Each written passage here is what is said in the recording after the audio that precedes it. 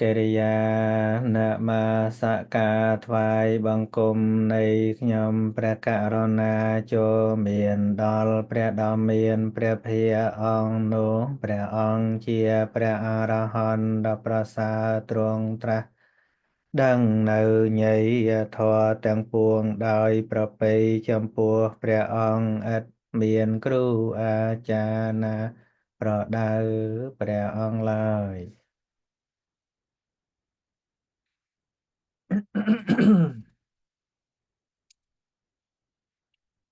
បាទចូលមកបានស្ដាប់សិស្សច្បងសិស្សពធប៉ុន្តែបើមេរៀនចាំកូនហ្នឹងខ្ញុំសូមធ្វើជាសិស្សប្អូនណា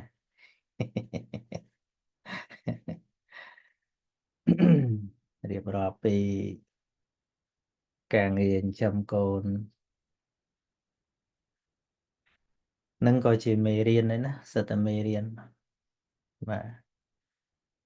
បើយើងចាត់ទុកថាជាភារៈគឺជាភារៈប៉ុន្តែបើចាត់ជាមេរៀនគឺជាមេរៀនដែលយើងត្រូវ apply ដែលយើងត្រូវដោះស្រាយហ្នឹងហើយ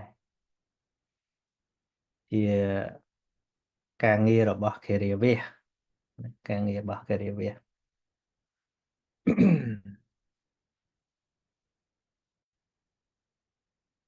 ហើយដំណើរដែលត្រូវដើរហើយហ្នឹងគ្មានប្រសិនបើទេបើសិនបើខ្ញុំនៅកំឡោះអីហ្នឹងអត់ទេបើសិនខ្ញុំនៅក្រមុំអីហ្នឹងក៏អត់ដែរបើសិនជាខ្ញុំមិនមានកូនអត់មានប្រសិនបើទេមេគាវុទ្ធោគឺបរៀនយើងថាបើឥឡូវហ្នឹងជាស្អីដោះស្រាយមិនយ៉ែអត់មានបើសិនជាខ្ញុំប្រុសខ្ញុំទៅបួសអីអត់ទេគឺស្រីនឹងឯងដោះស្រាយជាមួយស្រីនឹងទៅអត់មានខ្លួនជាស្រីទៅប្រសិនបើជាមួយប្រុសទេអត់ទេហ្នឹងហើយអញ្ចឹងបើទោះជាមានកូន2 3 4 5អីយ៉ាងណាកុំភ្លេចថាវិថីចិត្តប្រព្រឹត្តទៅតែតាមទ្វា6ដដែលទេអញ្ចឹងណាអត់មានថាមានកូនមួយថែមវិថីចិត្តមួយទៅទ្វា7អីមានកូនមួយទៀតថែមវិថីចិត្តមួយទៀតទៅទ្វា8អីអត់ទេនៅតែទ្វា6ដដែលបាទហើយរៀនចែកម្លែកក្តីស្រឡាញ់ហ្នឹងទៅ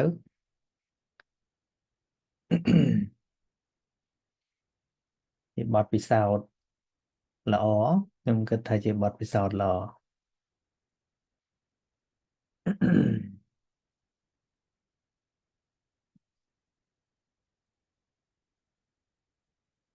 ហើយក៏មិនអាចតែបាទលោកគ្រូសូមចុះចែកម្លែកកន្លែងនេះបន្តិចដែរតែបាទប៉ុន្តែពួកខ្ញុំបានឆ្លងកាត់ពីដំណាក់កាលទីមួយពេលដែលចិញ្ចឹមកូនខ្ញុំអត់តន់យល់ពធតបាពេលយទល់ពធចិញ្ចឹមកូនលក្ខណៈផ្សេងអញ្ចឹងបាទខ្ញុំនៅមានបទពិសោធន៍លោកគ្រូអញ្ចឹង នៅតែលើស មួយលោកគ្រូដដែល នៅតែលើសដដែលលោកគ្រូបទពិសោធន៍ចាហើយទោះបីយ៉ាងណាក៏ដោយក៏នៅតែបានយល់ថាពេលដែលយល់ពធហើយយើង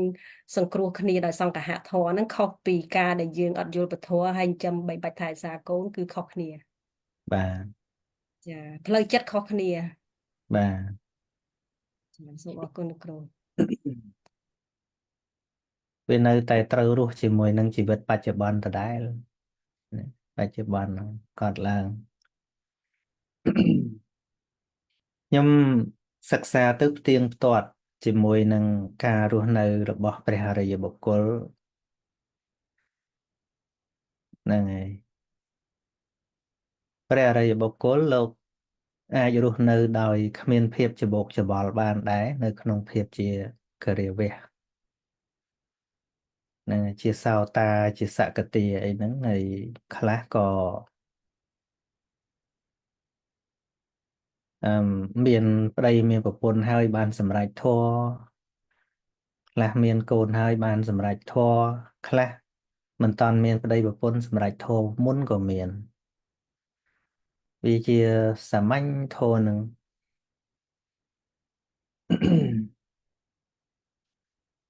ហើយពធនៅក្នុងជីវិតប្រចាំថ្ងៃនេះគឺវាសាមញ្ញមែនទែនណាវាសាមញ្ញរហូតដល់ទៅមនុស្សយើងគិតថាมันសាមញ្ញហើយនៅពេលណាដែលយើងយកធម៌យកមកដាក់ក្នុងជីវិតនេះតាមរយៈការឃើញការឮការដឹងក្លិនដឹងរសដឹងផុតដ្ឋัพពៈជាធម្មតាប្រកដីហ្នឹងហាក់ដូចជាគិតថាហ្នឹងមិនមែនធម៌ធម៌ហ្នឹងទាល់តែយ៉ាងនេះយ៉ាងនោះអាហ្នឹងមកពីមិនយល់ធម៌ហ្នឹងឯង ចឹងបានការសិក្សាហ្នឹងអឺមព្រមគ្នាជាមួយនឹងការសិក្សាមេរៀនចេះតែទៅមុខហ្នឹងខ្ញុំតែងតែបញ្ជាក់ថាអឺយើងគ្មានយកទៅប្រឡងឯណាទេហើយក៏គ្មានទៅទទួលសញ្ញាបត្រឯណាដែរខ្ញុំអត់មានសញ្ញាបត្រឲ្យកន្លែងនេះហើយសួរថាចប់ពេលណាហ្នឹងខ្ញុំសួរថាតើអនុវត្តបានប៉ុណ្ណានេះបានល្អវិញហ្នឹងហើយ ដោយអ្នកដែលទៅស្ដាប់ធម៌ដែលព្រះអង្គគង់នៅអីទៅរាល់ថ្ងៃរសៀលទៅគេមិនដែលទន្ទឹងថាកាលណាទើបឈប់ស្ដាប់ទេគេសុំឲ្យតែមានធម៌នឹងសម្រាប់ស្ដាប់តទៅចានឹងស្ដាប់ទៅជ្រះថ្លាហ្នឹងគេស្ដាប់អញ្ចឹងដោយព្រះអានន្ទអញ្ចឹងអឺនៅពេលដែលព្រះអង្គចិត្តបរិនិព្វានទៅលោកព្រួយបារម្ភថាកាលដែលព្រះអង្គគង់នៅភិក្ខុមកពីទិសផ្សេងផ្សេងសកព្រហ្មចារីមកពីទិសផ្សេងផ្សេងមកកល់ព្រះអង្គទៅលោកតែងតែបានជួបបានស្ដាប់ធម្មកថាពីរោះពីរោះហើយអំណះតទៅព្រះអង្គបរិនិព្វានទៅភិក្ខុលែងមកហើយដល់លែងមកលោកលែងបានជួបលែងបានស្ដាប់ព្រួយចេះវិញអ្នកដែលជ្រះថ្លាធម៌ហ្នឹងគេព្រួយចេះវិញដល់យើងរៀនតាមតណ្ហាហ្នឹងព្រួយខ្លាចតែងាយជាប់កាលចប់កាលទៅឈប់រៀនអឺមានពេលដែលអាចឈប់រៀនបានគឺនៅពេលដែលអស់អកុសលរលីងពីក្នុងចិត្តអញ្ចឹងណាចាំវាស់មើលចិត្តខ្លួនឯងទៅថាកាលណាអស់អកុសលរលីងបាច់រៀនទៀតទេអញ្ចឹងហ្នឹងហើយពាក្យថាកិច្ចដែលគប្បីធ្វើចប់សពគ្រប់ហ្នឹងគឺសោលសកិច្ចហ៎កិច្ច16ហ៎នៅក្នុងសោតា4សកទា4អនាគា4អរហត្ត4ហ្នឹងហើយចប់ទៅអស់កិលេសរលីងក៏សិក្ខាជាសីលសិក្ខាចិត្តសិក្ខាបញ្ញាសិក្ខាហ្នឹងក៏ត្រូវចប់ប៉ុណ្ណឹងចប់ហ្នឹងចប់ក្នុងន័យអីចប់ក្នុងន័យសិក្សាដើម្បីចិញ្ចាក់ទុកហ្នឹងលែងមានហើយប៉ុន្តែមិនមែនមានន័យថាយកលោកឈប់ស្ដាប់ទេលោកនៅស្ដាប់នៅសិក្សាបន្តទុកចែករំលែកហ្នឹងហើយដែលយើងបានស្ដាប់រាល់ថ្ងៃនេះក៏ដោយអាស្រ័យព្រះរហន្តដែលលោកបានសិក្សាបានស្ដាប់ជាផនដេកិរិកៈ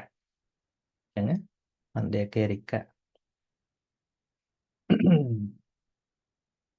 ហ្នឹងហើយអញ្ចឹងការសិក្សារបស់យើងដែលជាគ្រហស្ថនេះអឺម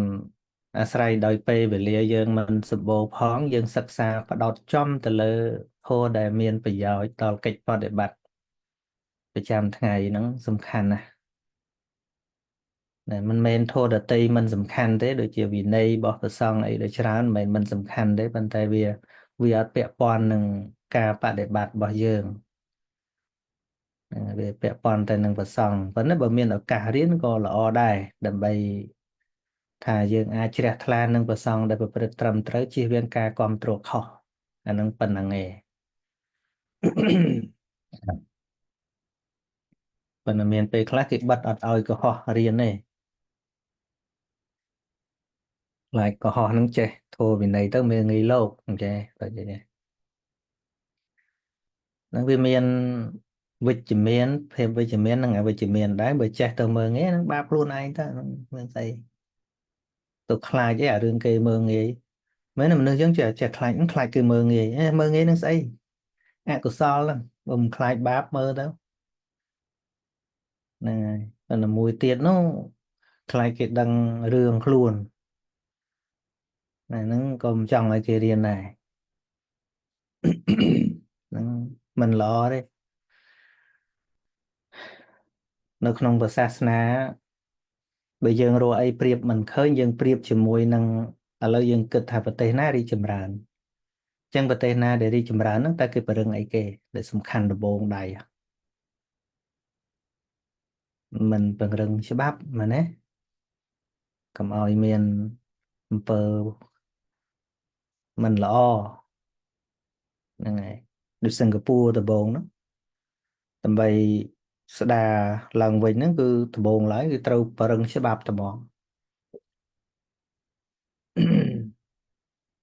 តាមខ្ញុំសិក្សាប្រវត្តិខ្លះមកដំបូងឡើយដែលគាត់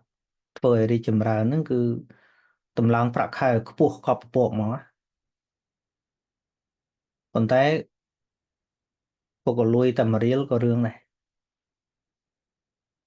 ហ្នឹងហើយប្រាក់ខែល្មមថាចិញ្ចឹមមកគ្រួសារហ្នឹងអត់មានខ្វះហ្មងគេដាក់ឲ្យកប់ចឹងហ្មងប៉ិនប៉ុនកំណើតខួបអនុស្សាវរីយ៍ឲ្យទទួលតែផ្កាទេអត់មានអីខុសពីផ្កាទេគេអត់ឲ្យទទួលជំនួយអីទាំងអស់ខ្លាចវាយកយល់ធ្វើការកើតហ្នឹងហើយអញ្ចឹងដំបូងដៃអាហ្នឹងឯងនៅប្រទេសដែលជឿនលឿនទៅមុនហ្នឹងគឺសិតតែប្ររឹងច្បាប់យ៉ាងណាមិញនៅក្នុងពុទ្ធសាសនាដូចគ្នាដែរចង់ឲ្យពុទ្ធសាសនារីកចម្រើនវាតលប្ររឹងធម៌វិន័យអាហ្នឹងបើមិនប្ររឹងធម៌វិន័យទេវារខោបរខារខោបរខាគឺវាអត់រីកចម្រើននឹងឯងមិនសួរថានៅក្នុងប្រទេសដែលគេប្ររឹងច្បាប់ប្ររឹងតែច្បាប់ឬថាទេមិនមែនតែច្បាប់ទេគុណធម៌អីផ្សេងក៏គេត្រូវបដោះបដាលប៉ុន្តែច្បាប់ first ច្បាប់ដំបូងដៃទីហោដូចនៅអូស្ត្រាលីនេះចឹងមិនដឹងមកពីប្រមាណប្រទេសដូច200ប្រទេសចឹង all around the world ខ្ញុំអានថ្ងៃមុនជាង200ប្រទេសហ្នឹងហើយប៉ុន្តែណែឯងមកពីណាធ្លាប់ច្បាប់យ៉ាងណាអានឹងរឿងរបស់ណែឯងតែមកដល់ទឹកដីហ្នឹងគឺត្រូវគោរពច្បាប់តែមួយសូម្បីតែច្បាប់សាសនាក៏ under Australian law ដែរច្បាប់សាសនាក៏ដោយក៏នៅតែក្រោមច្បាប់របស់រដ្ឋដែរព្រោះសាសនាវាច្រើនណាស់ជាង100សាសនាហ្នឹងបើផ្អៀងទៅទេទៅនោះងាប់ហើយហ្នឹងហើយតែគេក៏មិនលូកដៃនៅក្នុងសាសនាដែរយើងជឿអីគោរពអីអាហ្នឹងរៀនអីរៀនទៅគេមិនឲ្យយកច្បាប់សាសនាហ្នឹងយកទៅប្រវាយរដ្ឋទេប្រវាយច្បាប់រដ្ឋទេអត់ទេហ្នឹងហើយនឹងផ្ដើមបន្តិចប៉ុណ្ណឹងឥឡូវយើងបែរទៅមេរៀនរបស់យើងគឺនៅក្នុងបរិច្ឆេទទី5បាទយើងរៀនមកហ្នឹងនៅក្នុងអសុរភូមិអសុរកាយរៀនបានមកហ្នឹងបាននរកដេរិឆានប្រែតឥឡូវនេះអសុរកាយគិតថាបញ្ចប់ថ្ងៃហ្នឹងចុះកុំអាប់អួរនៅក្នុងអបាយភូមិនឹងយូរពេករៀនពីមនុស្សអីខ្លះទៅឡើងទៅឋានសួគ៌ម្ដង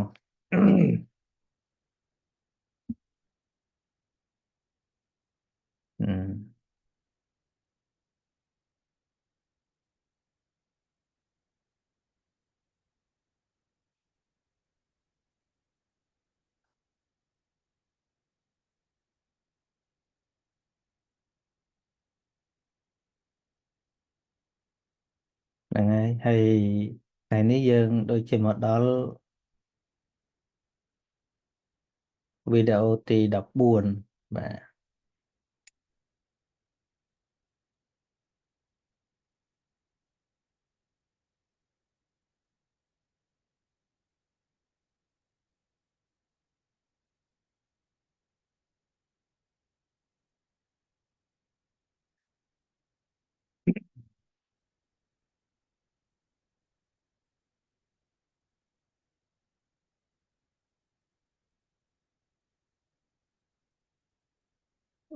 តាវតឹងយើងអាចសេបានពីរយ៉ាងតស្រអឹកនិងសក៏បានតស្រអែកងួរជាងសក៏បាន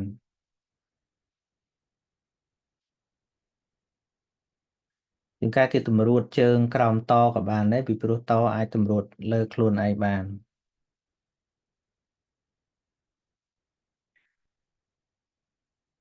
ចឹងយើង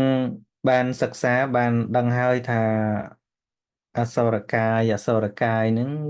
ពាក្យថាអសុរៈវាមាននិរយៈអសុរៈក៏មានបេតិអសុរៈក៏មានទេវៈអសុរៈក៏មានប៉ុន្តែដែលអសុរដែលជាអបាយភូមិនោះគឺរាប់យកពួកកាលិកញ្ចកៈជាដើមនោះដែលសោយទុកនោះហៅថាអបាយសត្វជាអសុរៈ មិនរាប់ពួកទេវៈអសុរៈទេហើយនេះប្រវត្តិទេវតាចន្តាវតឹងដែលធ្វើសង្គ្រាមជាមួយនឹងទេវៈអសុរៈ5ចម្ពោះមានអ្នកចាំប្រវត្តិមគ្គមានុបច្បាស់ហ៎ណាបើចាំប្រវត្តិមគ្គមានុបច្បាស់ខ្ញុំឲ្យនិទានសង្ខេបបន្តិចចាំមកដល់កន្លែងច្បាំងគ្នាប្រវត្តិមគ្គមានុបកាលនៅធ្វើបុណ្យណា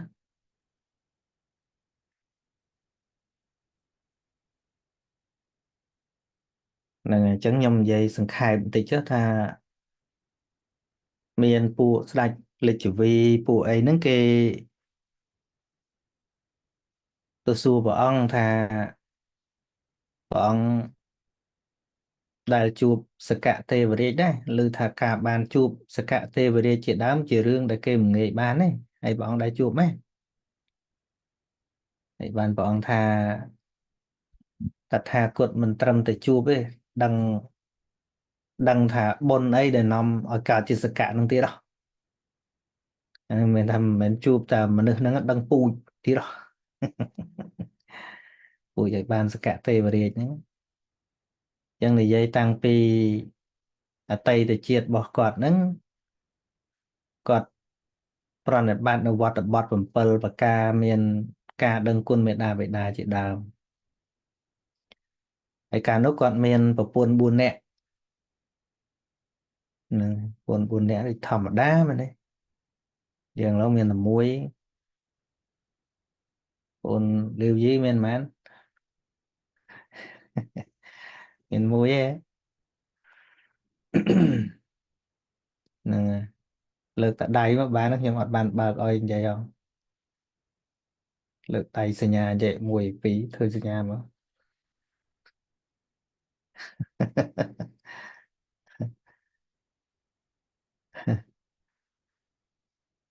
ហ្នឹងហើយអឺមគ្គមានុបហ្នឹងគាត់មានប្រពន្ធ4នាក់ប្រពន្ធធំជាងគេនោះឈ្មោះនាងសុធម្មាណាសុធម្មាបន្ទាប់មកឈ្មោះនាងសុនន្ទាបន្ទាប់មកទៀតឈ្មោះនាងសុចិត្រាបន្ទាប់មកទៀតមាននាងសុជាតាហ្នឹងហើយពួន4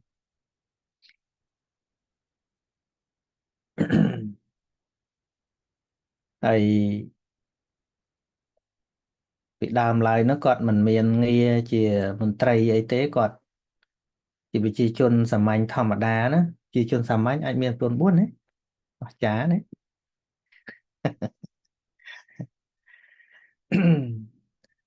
គាត់ ចូលទៅព្រៃទៅកាប់អុសអីគេងឯងហ្នឹងរស់ស៊ីសាមញ្ញធម្មតាចឹង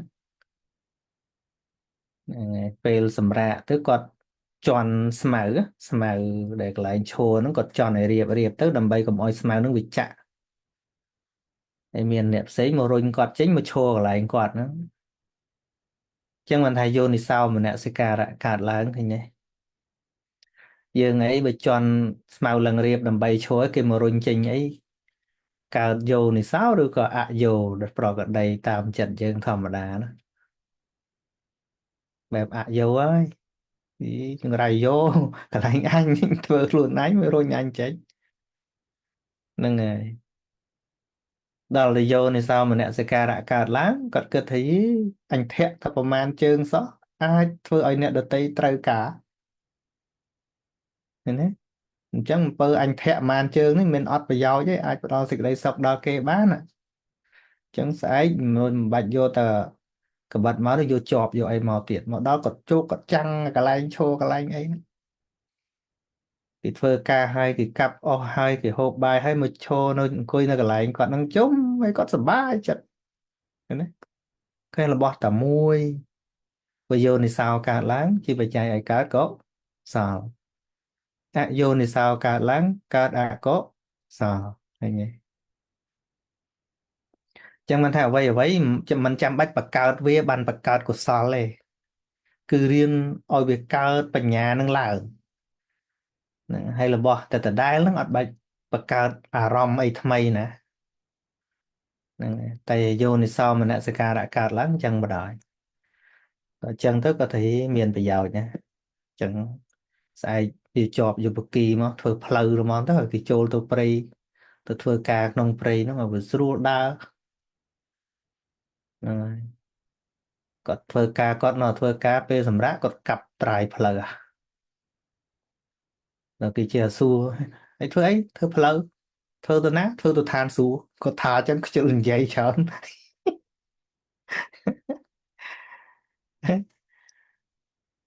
អ្នកផ្សេងដូចថាមានឧបនិស្ស័យជាមួយគ្នាប្រុសនឹងឃើញអញ្ចឹងទៅជួយធ្វើគាត់ទៅយូរគាត់ធ្វើតែផ្លូវអ្នកស្រុកគឺសប្បាយចិត្តគេឲ្យរង្វាន់គេឲ្យអឺលើកទឹកចិត្តគាត់អញ្ចឹងទៅគាត់ឈប់កាប់អស់កាប់អីធ្វើតែផ្លូវចាស់អ្នកស្រុកគេបានដើរស្រួលហ៎ដល់អញ្ចឹងគេជូននេះជូននោះទៅដូចបានប្រាក់ប្រចាំថ្ងៃសម្រាប់ចិញ្ចឹមជីវិតអញ្ចឹងណាហ្នឹងហើយធ្វើទៅផ្លូវកាន់តែច្រើនទៅលឺតំណឹងអញ្ចឹងទៅណាក៏គេអបអរសាទរគាត់មកធ្វើផ្លូវទៀតណាអឺ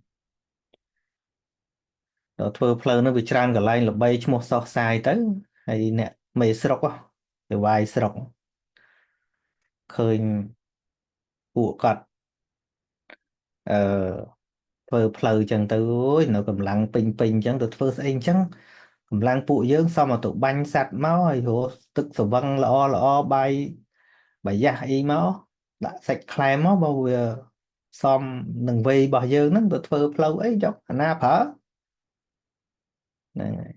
ដល់អ្នកទាំងអស់ហ្នឹងអត់តាមមេស្រុកហ្នឹងខឹងដល់ខឹងទៅប្តឹងព្រះរាជា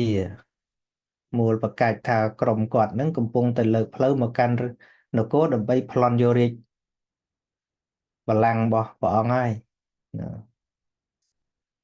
គេស្ដេចហ្នឹងក៏ល្ងងទៀតព្រោះគេចង់ប្លន់ចាំបាច់លើកផ្លូវបលយក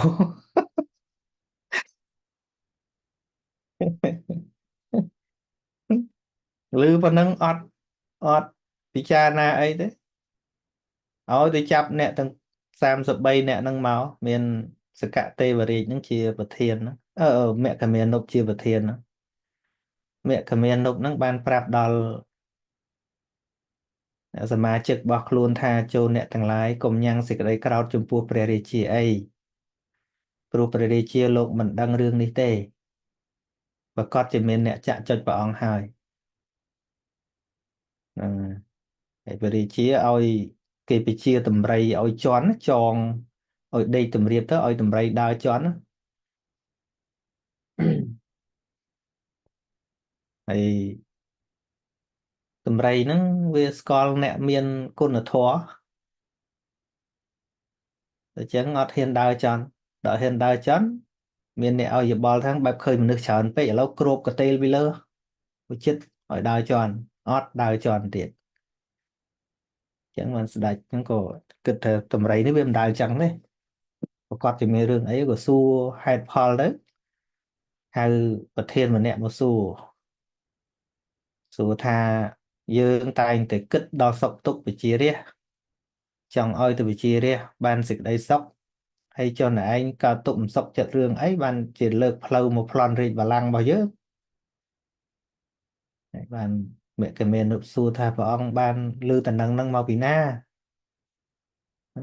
មេស្រុកហ្នឹងបានរាយរាប់ប្រាប់ដំណើររឿងតាមហ្នឹងទៅបានដឹងថាអូអា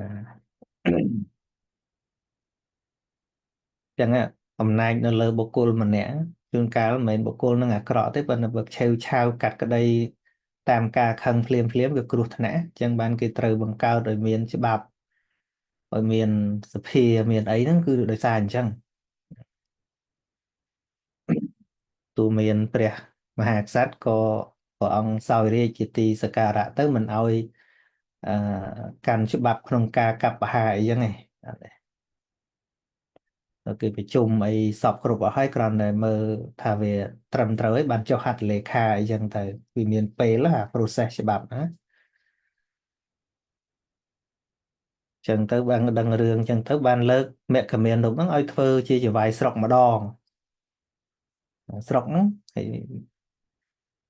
ដកតំណែងវិចៅហ្វាយស្រុកហ្នឹងហើយបកគលឲ្យមួយមុខ8មួយមុខ8សេះ8តម្រៃ8អ្នកបំរើអីសពគ្រប់ហ្នឹងក៏8ចឹងគាត់ខ្ញុំសង្ខេបទៅបានទានពីបរិជាឲ្យចឹងទៅគាត់ធ្វើតែសេចក្តីល្អហ្នឹងគាត់កសាងសាលាសំណាក់ធំសម្រាប់គាត់ធ្វើផ្លូវហើយហ្នឹងគឺធ្វើសាលាសំណាក់ហើយប្រពន្ធទីមួយហ្នឹងគិតថាប្តីធ្វើបុណ្យអញត្រូវតែធ្វើជាមួយដែរហើយកាលនោះគាត់គិតថាប្រុសធ្វើប្រុសបានស្រីមិនបាច់ឲ្យធ្វើចូលដល់តែមិនឲ្យធ្វើចូលនាងសុធម្មាហ្នឹងសិះស៊ុះជាមួយជាងឈើអាកន្លែងហៅជាងហើយមានដាក់ផ្លាកហ្នឹងប្តីនឹងឲ្យធ្វើក៏ពិតមែនប៉ុន្តែគាត់ឲ្យថ្លៃលើសនឹងម្ដងហ្នឹងអាហ្នឹងយើងអ្នកធ្វើអាកន្លែងហ្នឹងអាលោកធ្វើដោយសម្ងាត់ដល់ពេលត្រូវយកហៅជាងនឹងយកមកដាក់បោះប្តីហ្នឹងមានបានធ្វើហើយណាធ្វើហើយបោះប្រពន្ធត្រូវខ្នាតគ្នាបេះបិទដល់ថ្ងៃចិត្តឆ្លងទៅហើយត្រូវលើកបំពាក់អាហ្នឹងទៅលើកទៅដាក់ថាសាលាសុធម្មាឈ្មោះប្រពន្ធហើយប្តីថាហេអត់ទេ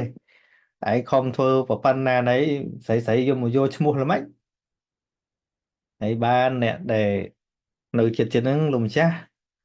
ហើយលោកម្ចាស់ចង់ទៅកើតឋានសួគ៌ស្ងាត់សើប្រុសហ្នឹងអត់មានស្រីមែនហើយនៅឥឡូវលោកម្ចាស់មានពុន14ហើយចង់ទៅនៅឋានសួគ៌តែឯងមែនហ្នឹងហើយឲ្យគាត់ធ្វើទៅមែនvậyអញ្ចឹងក៏ឲ្យដាក់ទៅហើយជាងរបស់នាងសុធម្មាអញ្ចឹងគេអត់បានស្គាល់សាលារបស់មគ្គមានុបទេគេស្គាល់សាលាសុធម្មានាងនាងសនន្ទានោះគិតទីភរិយាទី1ឯនោះគេបានធ្វើបុណ្យរួមប្តីទៅហើយឯងនេះមិនដឹងទៅរកធ្វើស្អីក៏គិតឃើញចេះគិតណាហ្នឹងហៅថាបុណ្យប្រកបដោយបញ្ញាណាវាឲ្យគិតឃើញណាមានតែសាលាណាអត់មានស្រះទឹកបើមានស្រះទឹកនឹងមួយល្អនៅចិត្តហ្នឹងនាងក៏សុំជីកស្រះទឹកទៅស្រះសនន្ទានោះហើយនាងសុចិត្រាឯនោះរស់តនុកធ្វើអីចេះប្តីហ្នឹងដាំដើមរលួសធំមួយហ្នឹងដើម្បីឲ្យរៀបអាផែនថ្មឲ្យក្តារអីដាក់ពីក្រោមហ្នឹងអ្នកដំណើរដែលចូលមកជ្រកក្រោមម្លប់ហ្នឹងបានអង្គុយក្រោមហ្នឹងលហើយល្អនាងទាំងបើមានសួនច្បារព័ទ្ធជុំវិញល្អនាងក៏ធ្វើសួនច្បារ ព័ទ្ធជុំវិញស្រះជុំវិញសាលាហ្នឹងអ្នកមកតំណឹងទៅក៏មានសេចក្តីរីករាយជាមួយនឹងសួនហ្នឹងទៅសួនហ្នឹងឈ្មោះសួនសុចិត្រាណាស្រះសនន្ទាសាលាសុធម្មាអត់មានឈ្មោះមេខមានុបលិកហ្នឹងហើយនាងសុជាតាយនោះប្រពន្ធស្អាតជាងគេប្រពន្ធក្រោយគេក្មេងជាងគេស្អាតជាងគេក៏គិតថាហឹមធម្មតាសម្បត្តិរបស់ប្តីវារឿងអីប្រពន្ធមិនបានអញ្ចឹងបើប្តីធ្វើបុណ្យវាមិនដែលថាប្រពន្ធអត់បានអញ្ចឹងអញចាំបាច់ធ្វើទៀតធ្វើអីអញតែងតែខ្លួនសម្អាតតែរាងកាយទុកឲ្យតែប្តីស្រឡាញ់ទៅបានណាតែងតែខ្លួនតម្រូវប្តីអញ្ចឹងទៅអត់បានធ្វើសេចក្តីល្អអីគេទេអត់ទេហ្នឹងហើយអញ្ចឹងបានឋានតាវតឹងហ្នឹងនៅពេលដែលពួកសកទេវរាជទៅទេវតាទាំង33នាក់ហ្នឹងទៅហើយនាងសុនន្ទាសច្ចត្រាសធម្មាក៏បដិសន្ធិនៅទីនោះឋានហ្នឹងមានការប្រែប្រួលដោយមានដើមរលួសធំប្រមាណ100យោជន៍ខ្ញុំមិនចាំទេហើយសាលាហ្នឹងក៏ធំរាប់យោជន៍ស្រះសនន្ទាហ្នឹងក៏ធំរាប់យោជន៍សួនឧទ្យានហ្នឹងក៏ធំរាប់យោជន៍នៅឋានតាវតឹងរហូតមកដល់សពថ្ងៃហ្នឹងនឹងហើយពួកទេវតាតែងតែមកជុំគ្នារាល់ថ្ងៃឧបោសថសិលនៅឋានទេវតាហ្នឹងបានស្ដាប់ធម៌ព្រះអរិយៈដល់រាល់ថ្ងៃនោះហ្នឹងហើយសាលាហ្នឹងក៏ឈ្មោះថាសាលាសុធម្មាដដែលហ្នឹងហើយនេះឥឡូវយើងចូលមកកន្លែងហ្នឹងហើយបាននិយាយរួមទៅស្លាប់ទាំងអស់គ្នាទៅអឺបានចូលទៅកាន់តាវតឹងហ្នឹងពីមុនភពហ្នឹងមិនឈ្មោះតាវតឹងទេប៉ុន្តែដោយសារទេវបុត្រឆ្នើម33ដែលកើតនៅកន្លែងហ្នឹងក៏ឈ្មោះថាតាវតឹងប្រែថាភព33នាក់អញ្ចឹងណាបាទអញ្ចឹងមើលក្នុងនេះអឺដាក់ប្រវត្តិត្រួសហើយ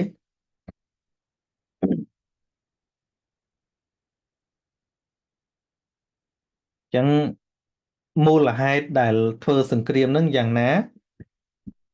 នេះឥឡូវយើងមើលទាំងអស់គ្នាមានវាល្មមយល់ដែរខ្វះខាតអីខ្ញុំបញ្យល់បន្ថែម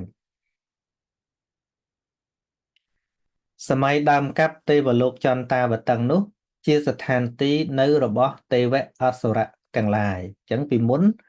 នៅជាទីនៅរបស់ទេវអសុរទេពួកអសុរទេវតាហ្នឹងហើយទេវតាអ្នកលេងសូរាកាលតមកមគ្គមានុបានកើតជាព្រះឥន្ទក្នុងភូមិនោះថ្ងៃមួយព្រះឥន្ទបានកោះប្រជុំទេវតាទាំងឡាយក្នុងតាវតឹងសភូមិនិងមានការសោយសូរាគេធ្វើពិធីជប់លៀងណាជប់លៀងទទួលពួកទេវតាហ្នឹងព្រោះតែការសោយសូរាដែលប្រព្រឹត្តទៅរៀបរយតាមបំណងរបស់ព្រះឥន្ទដែលជាកំពូលនៃទេវតាហើយបណ្ដាទេវតាទាំងឡាយដែលមកប្រជុំគ្នាយ៉ាងច្រើនក្នុងវេលានោះមានទេវតាចន្តាវតឹងសភូមួយពួកបានស្រវឹងខ្លាំងជាងគេទេវតាពួកនោះបានដល់ពួកវេបចិត្តអសុរៈជាដើមនោះឯងហ្នឹងហើយ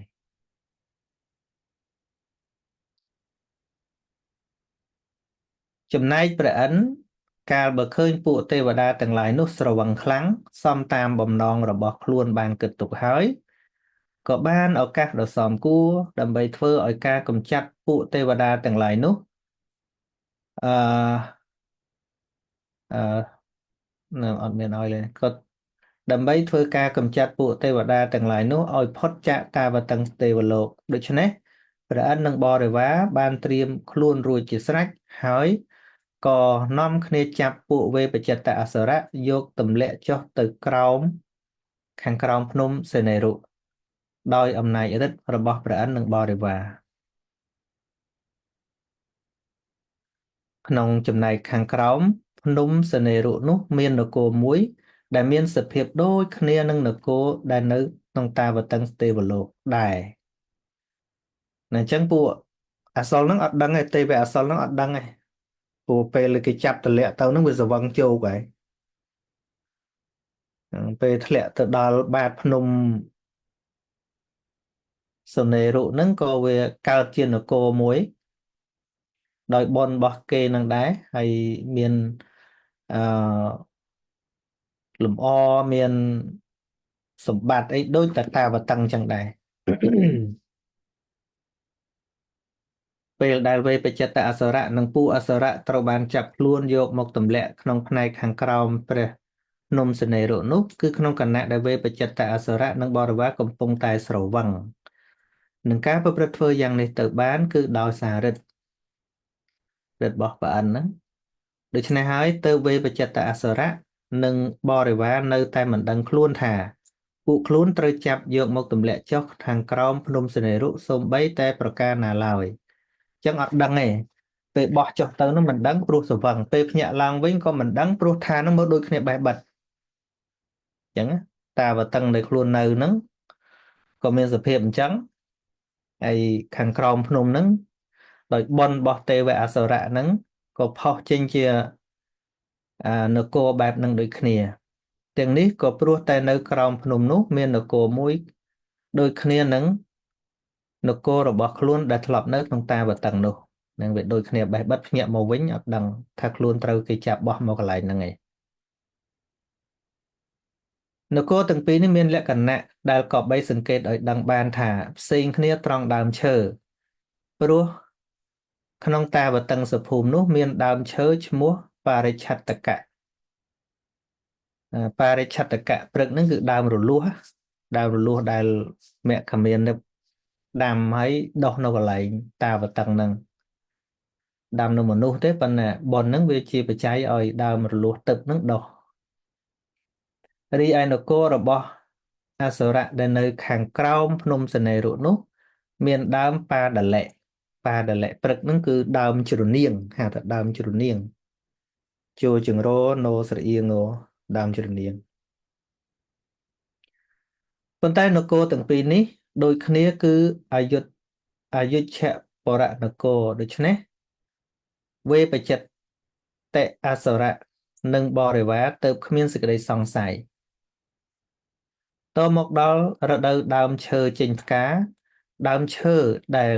មាននៅក្នុងនគរខាងក្រោមសនេរុនោះភ្នំសនេរុនោះក៏ចេញផ្កាប្រងព្រាតចេញផ្កាមកកាលវេបច្ចិតអសុរៈនិងពួកបរិវារបានឃើញការឈើនោះហើយក៏កើតសេចក្តីសង្ស័យក្នុងចិត្តភ្លាមថាមិនមែនជាដើមឈើដែលមាននៅក្នុងនគរតាវតឹងនោះទេដើមឈើដែលមានផ្កាក្នុងតាវតឹងនោះជាផ្កាបរិច្ឆត្តកព្រឹកដើមផ្កាបោះរលួសទេដើមរលួសទេចំណែកផ្កាឈើនគរនេះជាផ្កាបាដលិទៅដឹងថាក្នុងពេលដែលខ្លួននឹងបរិវារមកជប់លៀងសូរាក្នុងតាវតឹងទេវលោកនោះខ្លួននឹងបរិវារត្រូវស្រវឹងដោយសូរាដូច្នេះទៅជាឱកាសរបស់ព្រះអិននិងទេពបរិវារទាំងឡាយធ្វើការចាប់ខ្លួននិងបរិវាររបស់ខ្លួនយកមកទម្លាក់ចុះក្នុងស្ថានទីនេះបាទគឺទៅសូរាបាយមុខមែនណាសូរាទឹកក៏វិនាសដែរណាអស់នគរ ពួកទេវអសុរាហ្នឹងត្រូវខ្ចាត់ខ្ចាយពីនគររបស់ខ្លួនឯងដោយសារសូរាឃើញទេនឹងមិនចាំបាច់តែគ្រឿងសង្វឹងរបស់មនុស្សទេទោះបីឋានតាវតឹងក៏ដោយឲ្យតែលេងសូរានឹងច្រើន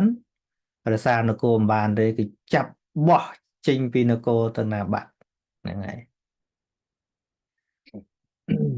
ឥឡូវឮឃើញគេផ្សាយសូរាហ្នឹងគឺកាន់តែដាក់រង្វាន់អីច្រើនទៀតខ្ញុំមើល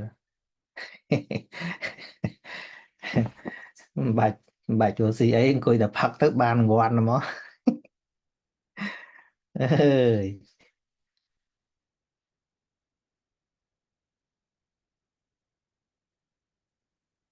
ហើយកាលបើវេបច្ចិតអលោកសុរៈនិងបរិពារហ្នឹងគឺបរិវារហ្នឹងណា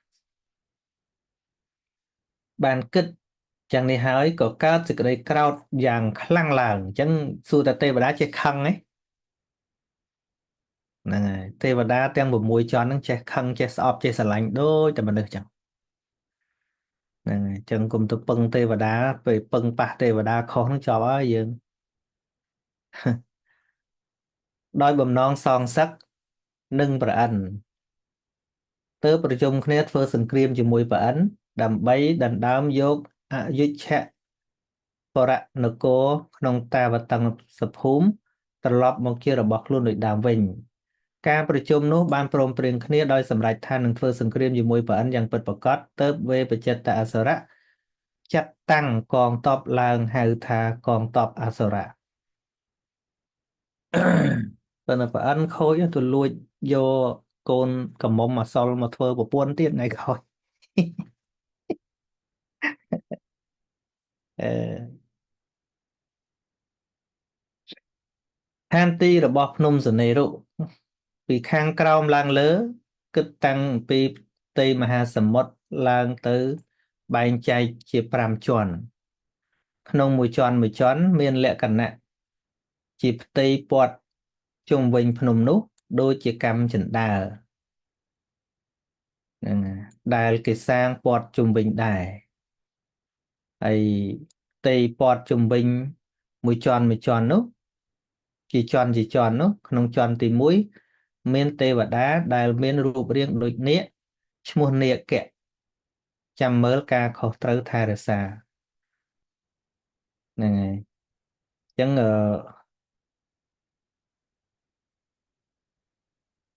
ភ្នំព្រះសនេរុហ្នឹងវាមានជាន់យេទីហោ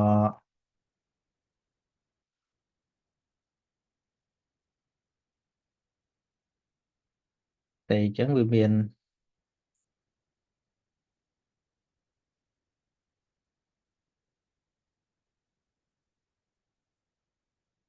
1 2 3 4 5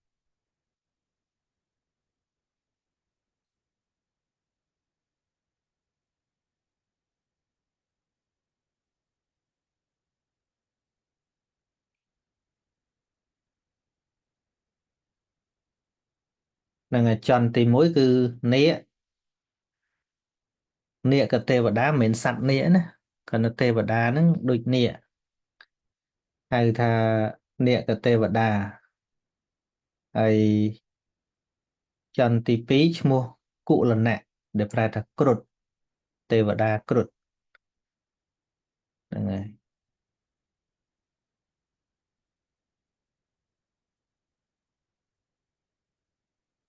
ហ្នឹងគ្រុឌ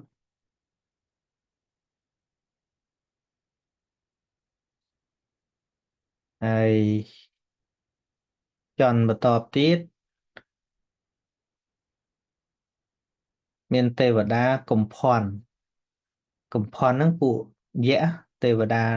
ដែលដែលធំជាងពពួកយក្សទាំងឡាយ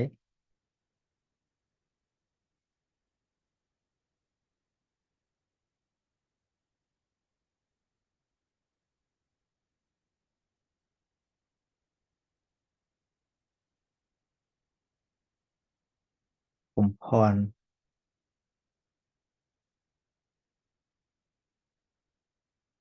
ហើយបន្តមកទៀតចន្ទទី4អូខ្ញុំច្រឡំឯងកំផន់នឹងផ្សេងហើយចន្ទទី4ទេវតាយក្សហ្នឹងហើយអូយក្ខៈ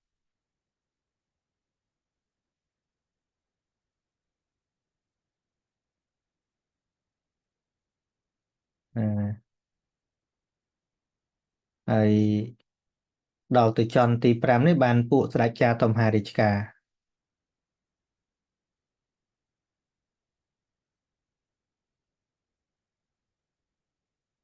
ចាតុម្ហារាជការ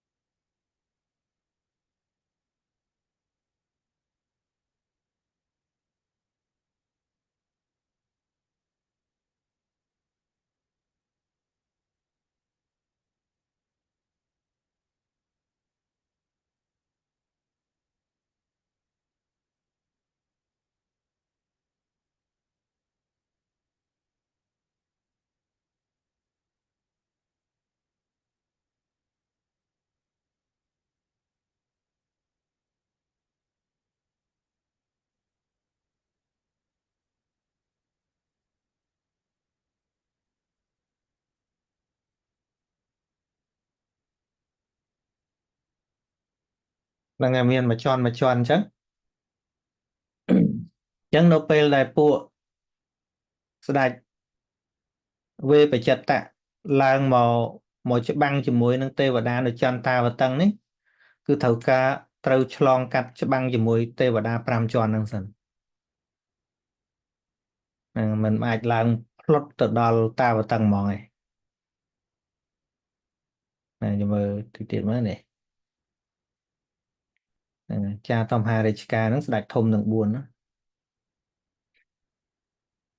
កាលស្ថានទីរបស់ភ្នំសនេរុមានលក្ខណៈជាផ្ទៃនិងជាថ្នាក់ៗជុំវិញយ៉ាងនេះ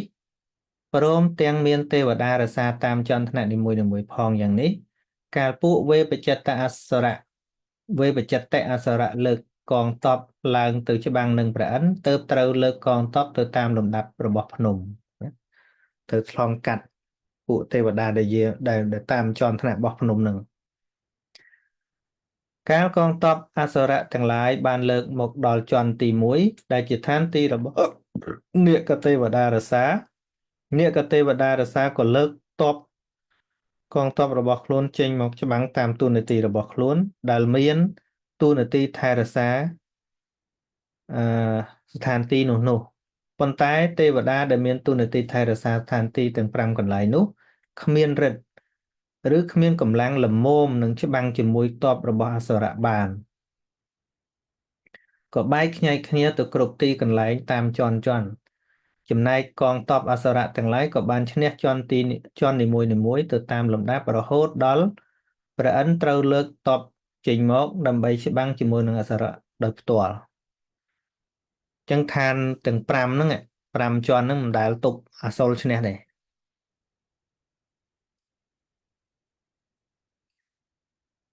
ក្នុងការធ្វើសង្គ្រាមរបស់ព្រះឥន្ទនិងអសុរៈនោះមិនដូចគ្នានឹងសង្គ្រាមក្នុងមនុស្សលោកទេ ការធ្វើសង្គ្រាមក្នុងមនុស្សលោកមានការស្លាប់របួសដូចជាកំបុតដៃកំបុតជើងរបួសរាងកាយមានដំបៅចិញ្ចៀមជាដើមចំណែកការធ្វើសង្គ្រាមក្នុងទេវលោកគ្មានការស្លាប់និងរបួសទេដូចជារូបចម្លាក់និងរូបចម្លាក់ប្រយុទ្ធគ្នាដែរបើផ្នែកខាងណាច្បាំងមិនបានព្រោះមានកងទ័ពតិចជាងក៏នាំគ្នាពួនឬគេចខ្លួនទៅនៅក្នុងនគរហើយក៏នាំគ្នាបិទទ្វារនគរដែលមានប្រចាំទាំង4ទិសចំណែក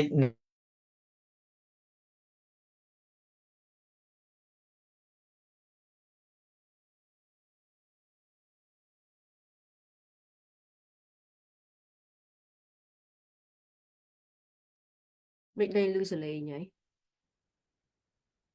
អត់លឺខាងលោកគ្រូមែនទេខ្ញុំបើកសលេងឲ្យទាំងអស់គ្នាឡើងនិយាយដូចចាអត់លឺហ្នឹងហើយខ្ញុំថាកាំងលោកគ្រូមែនតាខ្ញុំខំលោកគ្រូទេបងឆេងចាអញ្ចឹងគេថាខ្ញុំអត់លឺដែរពងព្រោះផងរៀនអសលជាមួយទេវតាដូចមិនសូវ stress កំពុងតែច្បាំងគ្នាផងបងលៀមច្បាំងគ្នាក៏យើងអត់សូវខ្វល់មិនដូចនរុហើយប្រែតដូច stress ដល់ហើយនរុហើយប្រែតហ្មងហ៎ទឹមសบายចិត្តកាំងបានញ៉ាឃើញខ្ញុំមិនដំបូងស្មានតែខាងខ្ញុំតាហ្នឹងហើយចាខ្ញុំថាអញ្ចឹងដែរតែដល់ពេលខ្ញុំរាវរកខ្សែអ៊ីនធឺណិតមកដល់ឃើញរូបខ្ញុំហ្នឹងវាប្រែតថាគាត់តែមិនទៀតមែនហ្នឹងបងខ្ញុំរៀនមុនថៃអ្នកមិត្តភក្តិក្របសង្កត់ដល់ងុយទៅដេកថ្ងៃនេះអត់ដល់ងុយនឹងអង្គុយចាំស្ដាប់រហូតពុំព្រោះហ្នឹងព្រោះគេច្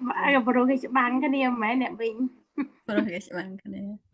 អត់ទេដល់ពេលទៅលើខុតអញ្ចឹងទៅយើងអត់សូវខ្វល់ហ្នឹងហើយព្រោះថងថាបើអត់វាយគ្នាបងអត់ត្រូវចំណៃវាអញ្ចឹងហើយមានអ្នកណាបដិខៈអត់មិញហ្នឹងខុសចំណៃមានអ្នកណាបដិខៈអីមិញហ្នឹងអត់ទេអត់បដិខៈទេប៉ុន្តែប្រយ័ត្នណាអត់បដិខៈក៏មិនប្រកាសថារួចខ្លួនដែរនៅលោកភ័ក្រមួយទៀតមិនចំណុចអត់រួចបានអើលោកគ្រូចេះចូលនៅលោកគ្រូទៅចេញចូលផងចារៀនឋានរូបនៅបានស្ងាត់ស្ងៀមល្អខ្ញុំបដិខៈ ប៉ុន្តែមិនដែលខាងលោកគ្រូទេដែលគេផែអ៊ីនធឺណិតខ្ញុំមានបញ្ហាទៀតហើយយ៉ាង ខ្ញុំគិតចឹ បង ងលុយរកតែខែកៀងហ៎ អត់ទេអ៊ីនធឺណិតខ្ញុំតែមួយថ្ងៃហ្នឹងឯងអត់គាំងរាល់ដងសិតតែដោតខ្សែអញ្ចឹងបានមិញខ្ញុំថាមុខតែរបស់ខ្ញុំទៀតដែរតែដល់ពេលខ្ញុំទៅយកខ្សែឃើញរូបខ្ញុំវាប្រែប្រួលតែមែនណាខាងលោកគ្រូហ្នឹងឯងម្ដុំខាងពួកខ្ញុំហ្នឹងធ្វើទុករហូតហ្នឹង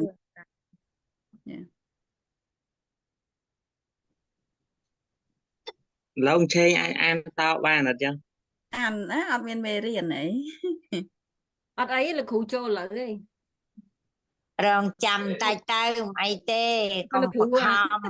លោកគ្រូអានព្រោះជាងខ្ញុំ គ្រូចេះបញ្យល់ គ្រូមិនតាន់ចូលឲ្យសុជាតិជំនួសហើយ អញ្ចឹងនេះលោកមើលលោកលីវយីជួយរមើលកុំភ័ណ្ឌដាក់ហ្នឹងបកថាអី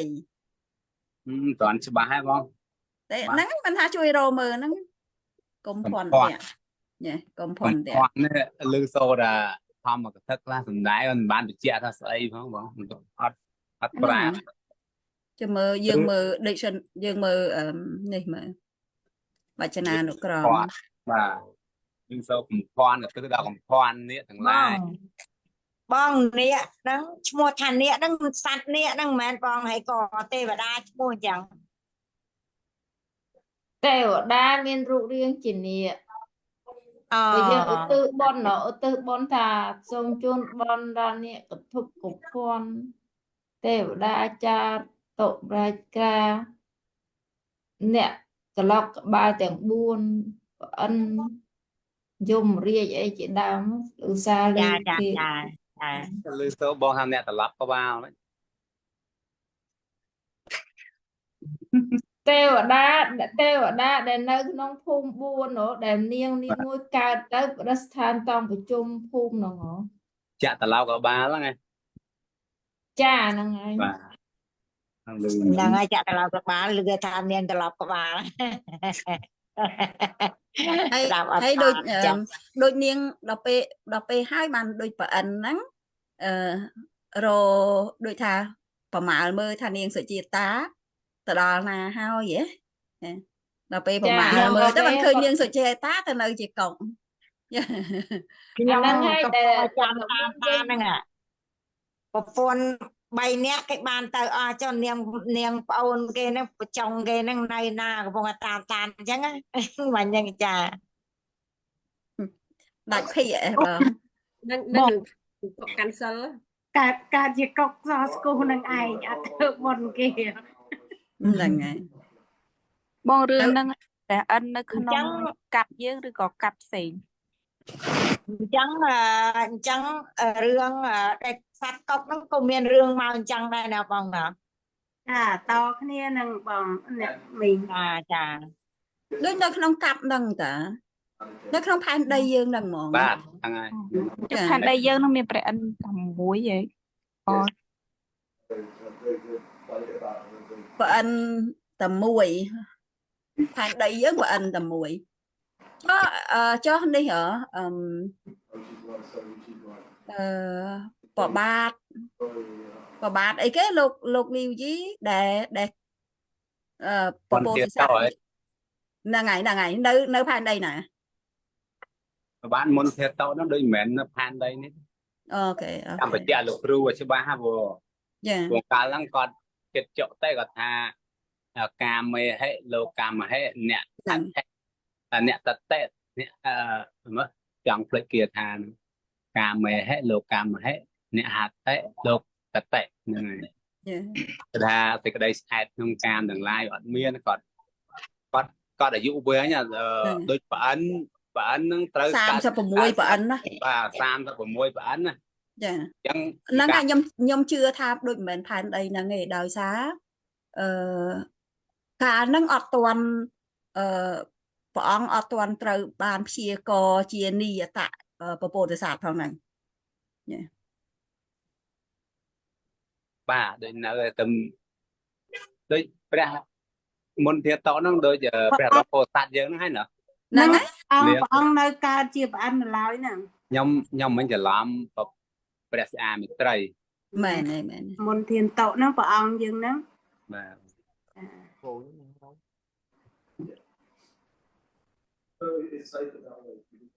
បង្លៀងកាំងម្ដងហើយដល់ តែមានកាំងណា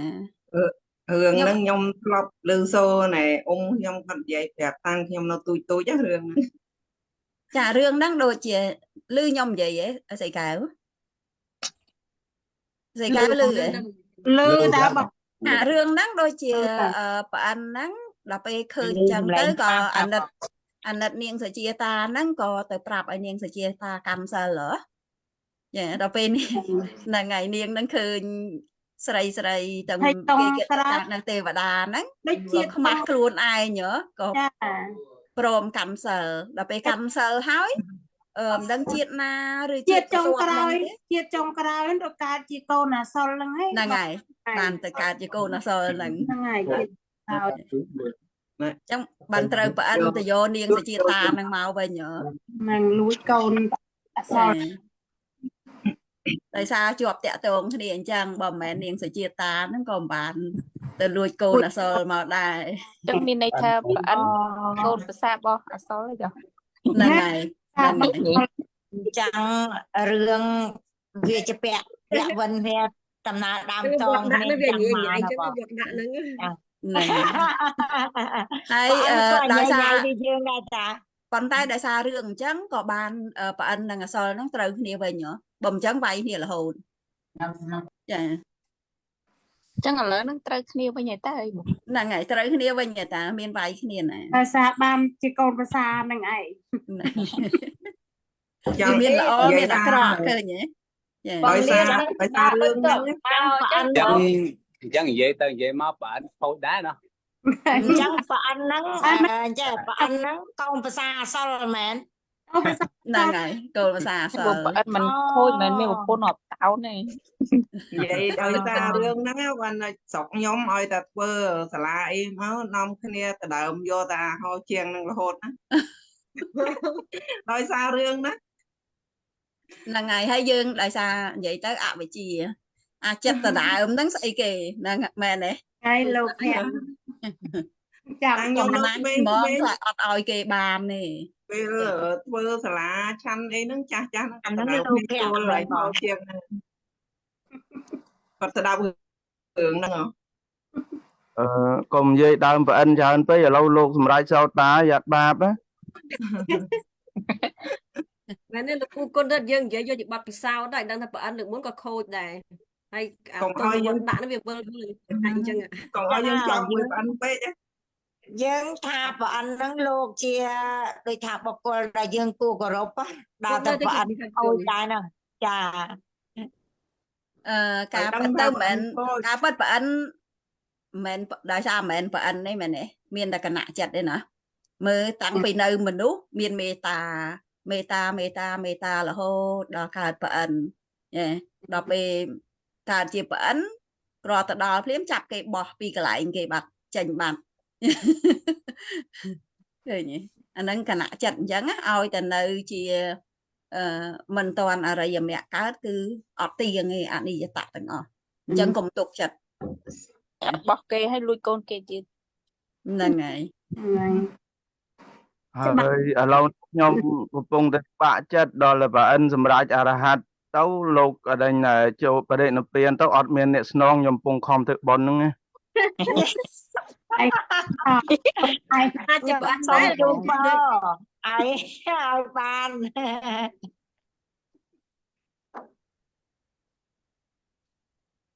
ពេលប្រអិនលឺប្រអិនថាចំពួកនេះមកពីកានោះដឹងរឿងអស់ហ្នឹងច្បាស់ដូចទៅមកអញ្ចឹង បងងថ្ងៃមុនជួយដែលចូលរួមរំលែកទុកផងហ៎បង ម៉ែនឹងណាមីងផងដែរហើយនឹងណាមីងនៅញូហ្សេឡង់ទៀតហ្នឹងហើយ ហើយណាមីងនៅញូហ្សេឡង់ដែរ ចាអរគុណ ចា ធរទាំងឡាយកើតពីបច្ច័យ បាទសួរបន្តិចមើលមិនទុកអីជួយបានអីជួយទុក បានអី ជួយទុកគ្មានទេ ជួយ តែវា រំលែក កើតហើយ ជួយរំលែក មានតែមេត្តាចាមេត្តាតែប៉ុណ្្នឹងឯង គេថាអត់យំអត់ស្ដាយមកខ្ញុំនិយាយឪពុកខ្ញុំបន្តិចឪពុកខ្ញុំស្លាប់អញ្ចឹងណាហើយខ្ញុំបញ្យល់បងប្អូនអត់មានអ្នកណាមានទឹកភ្នែកទេហើយប៉ុន្តែវាមិនមែនវឹបហ្មងបើថាណាឧទាហរណ៍ថាគ្រោះថ្នាក់ចរាចរណ៍ពិបាកទុកបន្តិចតែនេះគាត់មានជំងឺត្រាំត្រើយហៅថាយូរអង្វែងអញ្ចឹងទៅពេលស្លាប់បាត់ស្លាប់ហ្នឹងក៏បានប្រជុំនេះក៏បានបញ្យល់បងប្អូនរឿងដំណើរថាកម្មវាមានអញ្ចឹងហើយក៏អ្នកចិត្តខាងគាត់ខាងឃើញឪពុកស្លាប់អត់មានអ្នកយំមួយសោះគេថាបែបមិនស្រឡាញ់ឪពុកទេតាមើលគេថាចាហ្នឹងហើយចាអញ្ចឹងឃើញលោកគ្រូអញ្ជើញចូលហើយមិញលោកគ្រូបតនាលោកគ្រូ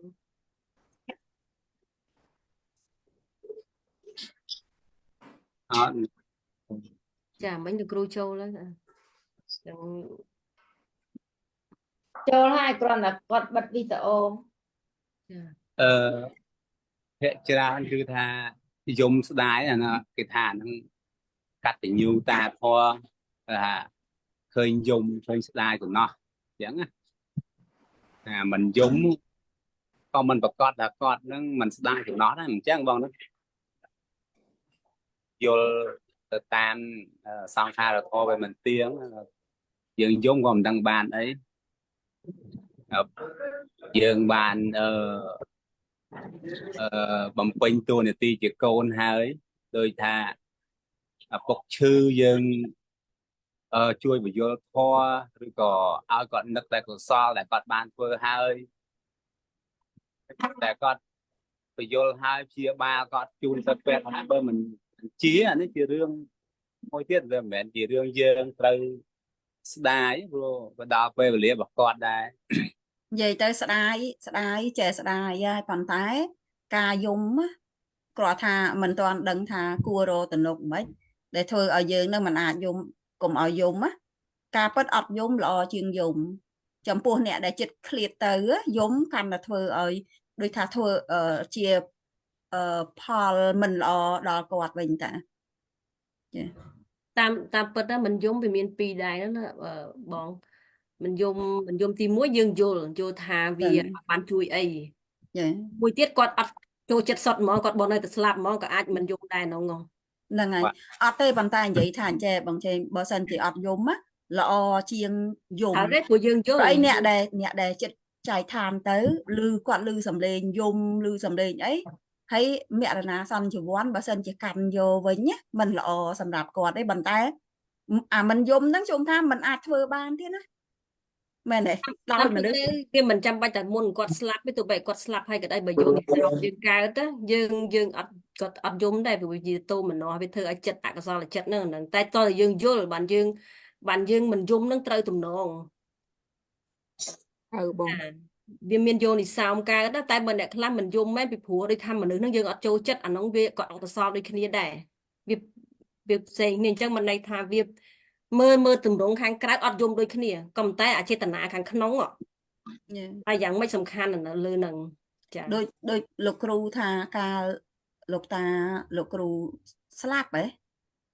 ឬក៏អ្នកណាទេថាអ្នកណាយំអីលោកគ្រូដេញឲ្យទៅក្រៅឲ្យឆ្ងាយអញ្ចឹងណាវាអត់ល្អសម្រាប់អ្នកដែលចិត្តធ្វើតាណាឃ្លាតទៅឪពុកញោមផងគាត់ហ្នឹងហើយនិយាយចំទៅសំខាន់យល់ដឹងតែខ្លួនឯងទោះហើយឮសំឡេងធម៌ក៏ដោយឬអ្នកបញ្យល់ធម៌ក៏ដោយបើខ្លួនឯងមិនយល់ហើយមិនដឹងថាជួយមិនបានទេនៅតែខ្លួនទីពឹងខ្លួនឮសូមែនតែភ័យថែមមែនទេថាអូតូចចឹងអញប្រហែលជាអញចិត្តងាប់មែនទេហ្នឹងនិយាយមនុស្សអាចអញ្ចឹងគាត់អត់ដែលបានរៀនធម៌តែធម៌ឬតែគេបញ្យល់ធម៌គាត់អាចគិតអញ្ចឹងមែនអញចិត្តបាយអញ្ចឹងគាត់ភ័យក្តៅក៏ហើយភ័យឥឡូវខ្ញុំសូមសួរយោបល់ធម្មញាទាំងអស់ទី1អ្នកស្លាប់ដោយមានជំងឺទី2ស្លាប់ដោយការចាស់ជរា ទី3ស្លាប់ដោយការធ្វើសង្គ្រាមនិងទី4ស្លាប់ដោយគ្រោះថ្នាក់ចរាចរណ៍តើមួយណារន្ធត់ជាងគេព្រោះខ្ញុំតាមឃើញអ្នកស្លាប់ច្រើនតែខ្ញុំរន្ធត់ជាងគេអ្នកគ្រោះថ្នាក់ចរាចរណ៍ហ្នឹងឯង អាហ្នឹងនៅលើយើងគិតយើងយល់យើងគិតយើងយល់ប៉ុន្តែពួកគ្នាមិនយល់ថយអីសោះគ្នាស្លាប់មិនក៏រន្ធត់ដែរ ស្លាប់ ហើយដែរបាទ តន់តន់នឹងពេលខ្លះអត់ដឹងខ្លួនណាមានអ្នកខ្លះស្លាប់ ហ្នឹងហើយ ដឹងខ្លួននេះ តែបើយើងអ្នកយល់ធម៌ខ្លះទៅសូម្បីតែស្លាប់អីក៏យើងតែងតែរកដោយលោកយេស៊ូចិនហ្នឹងតែងតែរកស្តបដ្ឋានណាសំខាន់ណា ឥឡូវស្លាប់អីទាញទៅម៉េចបើឈប់គ្រោះថ្នាក់ចរាចរណ៍មនុស្សបើកដើម្បីទៅរស់ស៊ីទៅចង់សុបាយមានទៅតបតវាណាគេមកបុកងាប់ហ្នឹងគិតម៉េចឥឡូវគិតទៅបងយល់ម៉េចឥឡូវហ្នឹង អានេះសម្រាប់យើងអ្នកឃើញអញ្ចឹងណា និយាយថាគួរឲ្យខ្លាចវាគួរឲ្យខ្លាចហើយប៉ុន្តែយើងត្រូវដឹងថាគណៈចិត្តមិនមែនថាពេលហ្នឹងហេតុមិនល្អអញ្ចឹងគាត់ដឹងតែទៅអបាយទាំងអស់ក៏មិនមែនដែរដោយសារគណៈចិត្តលឿនណាបន្ទាប់ពីនឹងទៅរហូតដល់ជោគតិចិត្តកើតណាជួនកាលគាត់អាចមានស្អីជានិមិត្តអីផ្សេងទៀតចា លោកគ្រូអញ្ជើញចូលនេះទាំងផ្ដល់ឱកាសជូនលោកគ្រូម្ដងបងចាសូមជួយលោកគ្រូ បាទអនិច្ចាវតសង្ខារាឧបតវិយធម្មិណោឧបច្ចត្វានិរិច្ឆន្ទទេសង្វុបសមោសុខោសាធុធัวកើតរលត់មែនឥឡូវហ្នឹងក៏មិនបន្តថាវាឈប់រលត់ដែរ ពីរបីដងហើយមិញឡើងចង់កាំងកុំព្យូទ័រហើយ មិនប្រព័ន្ធភ្លើងនៅក្រៅដាច់ទេវាលោតអាឌីសង់ទ័រនេះ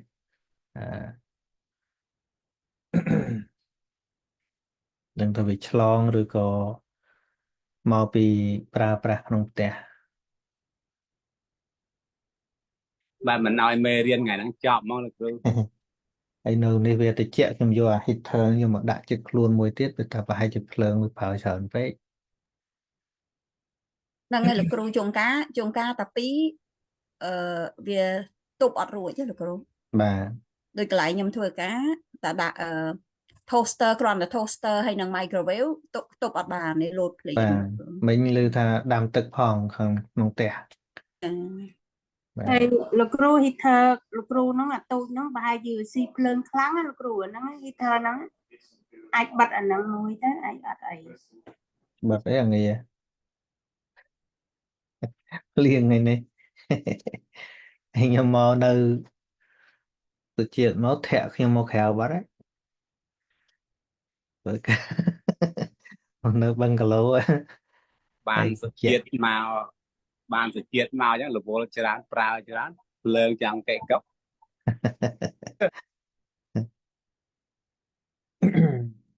គ្រូនិយាយអញ្ចឹងដូចបន្ទោសជាតិពេកហ្នឹងលោកគ្រូ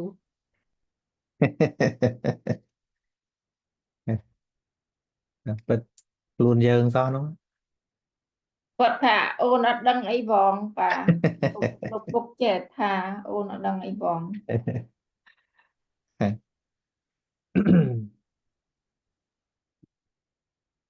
ហ្នឹងហើយតោះយើងតរឿងចម្បាំងទេវតា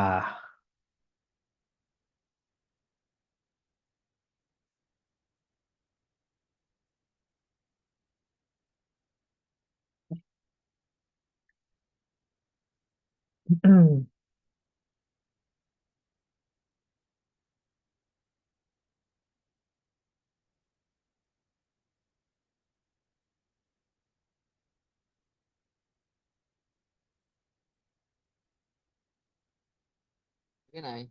đó Đúng.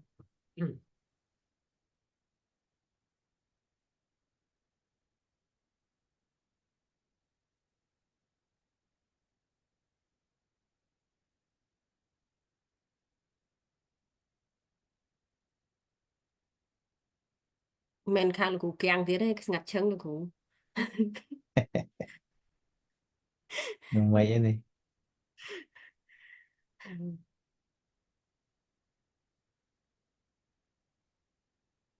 mìnhនឹងខ្ញុំគូសវាអីហ្នឹងក៏វាទៅអស់ដែរវាអត់នៅដូចមុនទេ ចា អូនេះនៅតា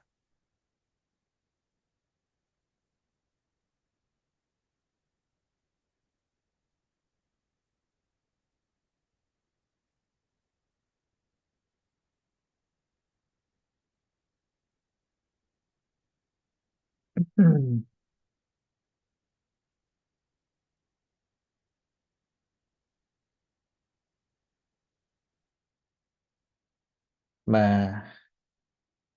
ចឹងគូសភ្នំ5ជាន់មិញហ្នឹងលុបអស់ហើយវាអត់នៅហើយប៉ុណ្ណឹងបានហើយ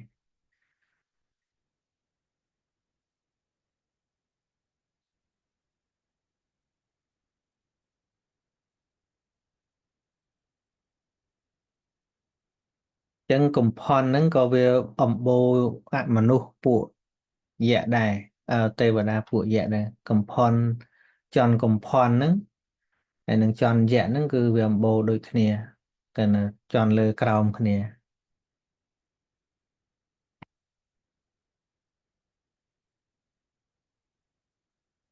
ហើយហ្នឹងហើយនេះនេះចឹងនៅពេលដែលពួកវេបច្ចិតអសុរៈនាំតបមកច្បាំងហ្នឹងត្រូវឡើងច្បាំងបន្តតាមចន់នីមួយរហូតមកដល់តាវតឹងហ្នឹងត្រូវប្រអិនដកលើកតបទៅច្បាំងដោយខ្លួនឯងក្នុងការធ្វើសង្គ្រាមហ្នឹងគឺអត់មានរបួសស្នាមស្លាប់អីទេអ្នកណាចាញ់មានរត់ចូលនគរខ្លួនឯងវិញហើយពួនក្នុងនគរទៅប៉ុន្តែគូសត្រូវហ្នឹងមិនអាចចូលទៅក្នុងនគរបានទេពីព្រោះនគរហ្នឹងឈ្មោះថាអយុជ្ជៈស្អីមិញនេះដែលមានន័យថាมันអាចនរណាបំបែកបានណាហ្នឹងហើយការធ្វើសង្គ្រាមប្រអិននិងសរៈនេះពេលខ្លះប្រអិនជាអ្នកឈ្នះអញ្ចឹងមិនតែងតែឈ្នះទេអសរៈជាអ្នកចាញ់ពេលខ្លះទៀតប្រអិនជាអ្នកចាញ់អសរៈជាអ្នកឈ្នះពេលដែលប្រអិនចាញ់ក៏នាំបរិពារចូលទៅក្នុងនគរបិទទ្វារនគរទាំង4ទិសអសរៈក៏ថយមកនគររបស់ខ្លួនវិញព្រោះមិនអាចទម្លាយទ្វារនគរបានសម្បីក្នុងការដែលប្រអិនជាអ្នកឈ្នះក៏ដូចគ្នាអញ្ចឹងដូចឆោតណាពួកអសរៈនេះច្បាំងទៅអីមកច្បាំងឲ្យចូលនគរអត់បានប៉ុន្តែតាមចិត្តលេងមិនចឹងដូចច្បាំងលេងមិនចឹងនៅដោយសារហេតុនោះនគរទាំងពីរនេះទើបមានឈ្មោះថាអយុជ្ជបរនគរប្រែថានគរដែលអាចការពារហេតុអន្តរាយដែលកើតឡើងពីខាងក្រៅបានហ្នឹងហើយឆោតមែនមើលទៅមិនអានេះគ្រាន់តែសំដីរត់ថាអញឈ្នះអញឈ្នះចឹងទៅការសម្ដែងប្រវត្តិរបស់ទេវតាតាវតឹងសុភូមិដែលធ្វើសង្គ្រាមគ្នានោះមានសម្ដែងច្រើននៅក្នុងសារតទីបនិដិកានិងអង្គត្រនិកាយអរកថានឹងចង់មើលពិស្ដារទៅតំណឹងទៅការធ្វើសង្គ្រាមជាមួយគ្នារវាងប្រអិននិងអសុរៈរាប់ចាប់ផ្ដើមតាំងអំពីសម័យដើមកាប់រហូតមកដល់សម័យពុទ្ធកាលនិងដល់សម័យបច្ចុប្បន្ននេះប្រអិននិងអសុរៈក៏នៅតែធ្វើសង្គ្រាមនឹងគ្នាអស់កាលជានិច្ចអូយអត់យល់មកធ្វើឲ្យដណ្ដើមអត់បានមកបានគណៈសំដីរឹតណាហ្នឹងសំដីរឹត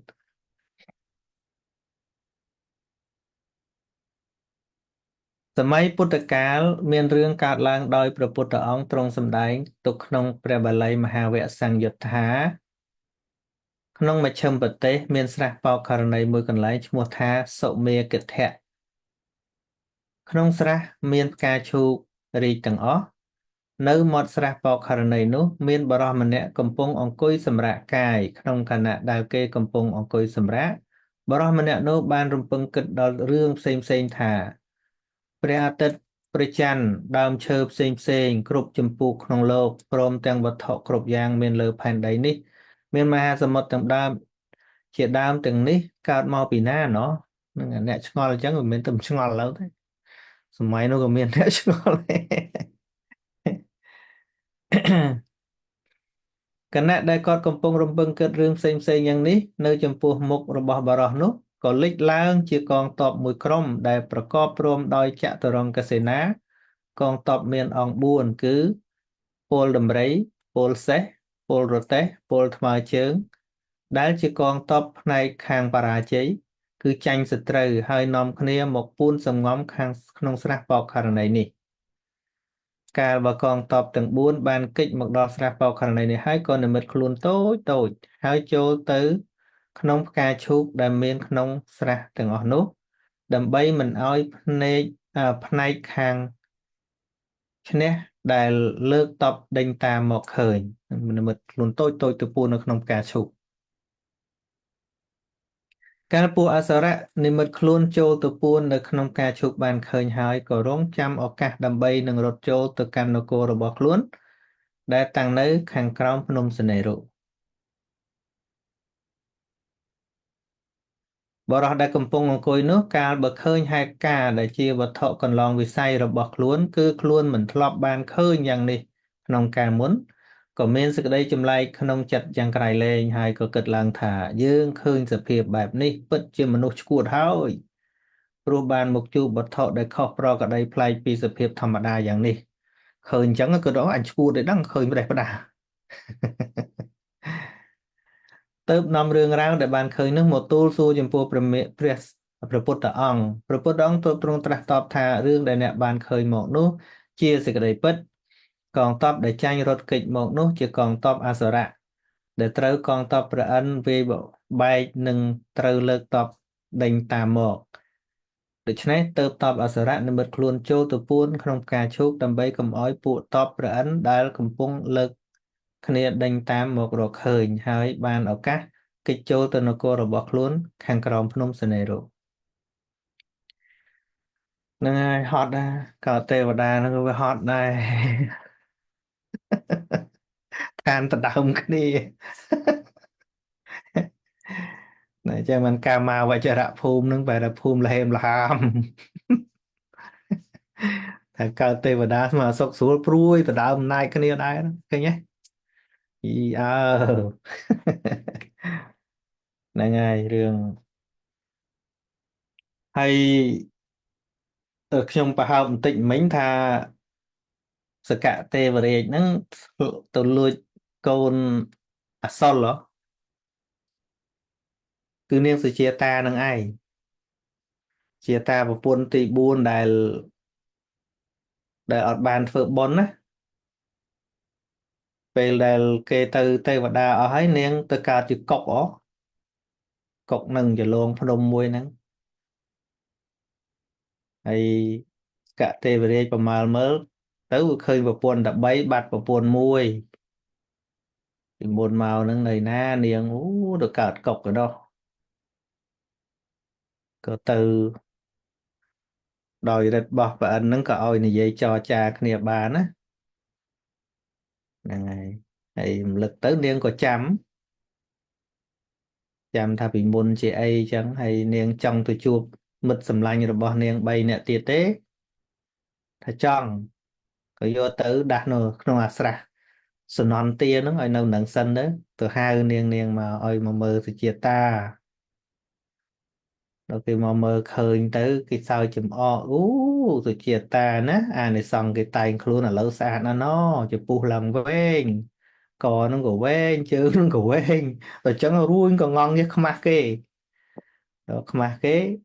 សុំប្រអិនមកកន្លែងដើមវិញណាទេវតាក៏ចេះចំអកគ្នាដែរណាហ្នឹងហើយអកុសលមានពេញបឹប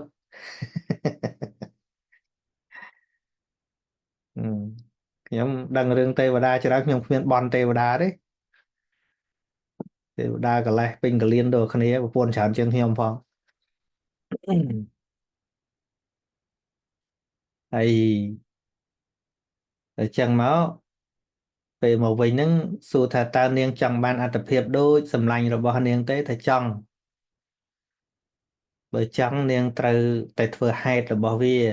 អញ្ចឹងនាងជាសត្វអញ្ចឹងមិនដឹងថាទៅធ្វើអីឲ្យលើសពីសិលបានទេហ្នឹងអញ្ចឹងនាងអាចរក្សាសិល5បានទេហ្នឹងឲ្យតែបានទៅចិត្តលោកប្តីណែ មិនដែរឲ្យតែបានទៅចិត្តលោកប្តីឲ្យធ្វើអីក៏ព្រមដែរអញ្ចឹងនាងរក្សាសិលចុះខ្ញុំចាំទទួលនាងឲ្យតែនាងប្រកាសតែរក្សាបានមិនយូរទេនាងនឹងជួបខ្ញុំវិញហើយអញ្ចឹងក៏រក្សាឲ្យសិល5អាទី1គឺបាណានឹងមហាពិបាកសម្រាប់វេកុកគិតមើលអតនីកាមេមុសាសុរាអីដូចមិនពិបាកទេសម្រាប់កុកកាមួយនឹងតែមកជាប់នឹងមុខរបរតែចឹងទៅហូឈរចាំអាទឹកហូររិចហ្នឹងចាំរស់ត្រីងាប់ត្រីវាងាយងាប់វាមានតែត្រីរស់ចឹងទៅសកទេវរាជមិនតាន់ទុកចិត្តទេមិនដឹងថានាងនឹងអឺពិតជារសាសិលប្រកបមែនអត់ក៏មកនិមិត្តធ្វើជាត្រីងាប់តែមកចឹងទៅនាងនឹងចឹកហៀបទាំងលេបអីទៅដល់ឆាល់នាងនឹងក៏ប្រឡែងវិញសាក់លបង3ដងឃើញថានាងនឹងអត់មែនហ្នឹងហើយក៏រសាសិនមិនបានមកទឹកជាងស្លាប់ទៅមានត្រីណាចាំងាប់ឲ្យឯងណាងាប់ពីនឹងទៅដោយអានិសង្សសិលទៅកើតជាមនុស្សកើតមនុស្សសិនកើតជាមនុស្សសិនប៉ុន្តែចាំជាតិណារសាសិលតទៅទៀតណាចូលទៅដឹងក៏មិនយកដែរចាំទៅជួបលោកប្តីហើយសកទេវរាជនោះមកជួយទៀតពេលនេះលក់លពៅហ្នឹងហើយលពៅសុទ្ធតែលពៅមាសប៉ុន្តែអ្នកស្រុកធម្មតាមើលអត់ឃើញមាសឃើញតែនាងណាប៉ុន្តែលពៅនឹងលក់ឲ្យតែអ្នកណាដែលមានសិល5ឯងបើអ្នកណាមានសិល5យកមកទិញបានលក់ឲ្យនាងនឹងស្រែកតែខ្ញុំមានសិល5ឲ្យរៀបរាប់មើលចឹងមួយបាណាពីអតនីអីចឹងទៅហើយអញ្ចឹងឲ្យចឹងអានឹងជាថ្លៃទិញហើយហ្នឹងយកទៅអានឹងក៏ហោះទៅលើអាកាសទៅប្រាប់តែបងចាំអូនយើ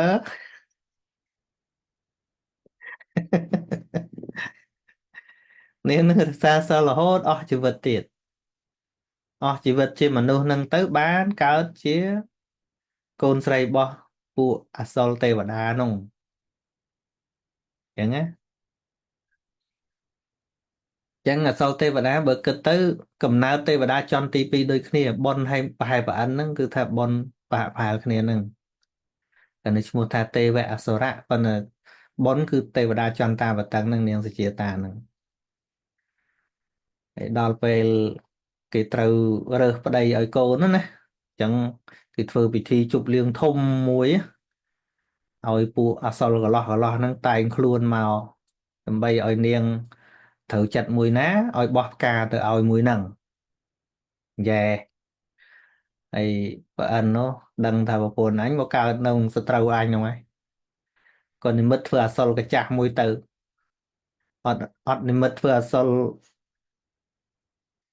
កន្លោះហ៎ធ្វើអសុរកចាស់ចូលទៅហ្នឹងហើយកងតបឯនៅក្រៅនេះសេះសន្ធប់ឯទុកនៅមាត់ច្រកឯក្រៅឲ្យតែព្រឹបមកទាំងនាំដំណើរត្រឡប់មកតាវតឹងវិញទៅពួកអសុរកន្លោះគេទៅអើយតាអើយចាស់ហើយមករកប្រពន្ធស្អីនឹងប៉ុននាងសុជាតាគាត់នៅកលេចឃើញអសុរកចាស់ អាសលកចាស់ញាក់ចាំដាក់ព្រឹតក្នុងអត្ថកថាលោកថាជំនុនគឺសេចក្តីស្នេហានឹងជន់គ្មានអីទប់ឧទាហរណ៍វាមកទៅមកបោះកម្រងផ្កាឲ្យអាសលកចាស់ហ្នឹងទៅសលកចាស់ក៏ចូលទៅចាប់ដៃនាងហោះទៅលើតែយើងមិនមែនអសលកចាស់ទេយើងគឺសកទេវរាជទៅប្រុចឯនោះប្រមូលតបដេញតាមបើអិននេះក៏ជិះអាសេះសន្ធប់1000នោះឧបអើលក៏ក្រើកមេឃផ្អើលដល់កូនកំផានកូននេះអីយំរត់ពេញណាពេញណីចឹងរត់ទៅដល់ក្បែរទ្វារនគរផ្អិនចូលទៅនគរបាត់ទៅពួកតបអសលឃើញអារូបសំណាកធំធំនៅនៅច្រកចូលស្មានតាកងតបផ្អិននឹងលើកមកវិញក៏រត់មកវិញមកដូចកំ pl ែងមិនដឹងហើយ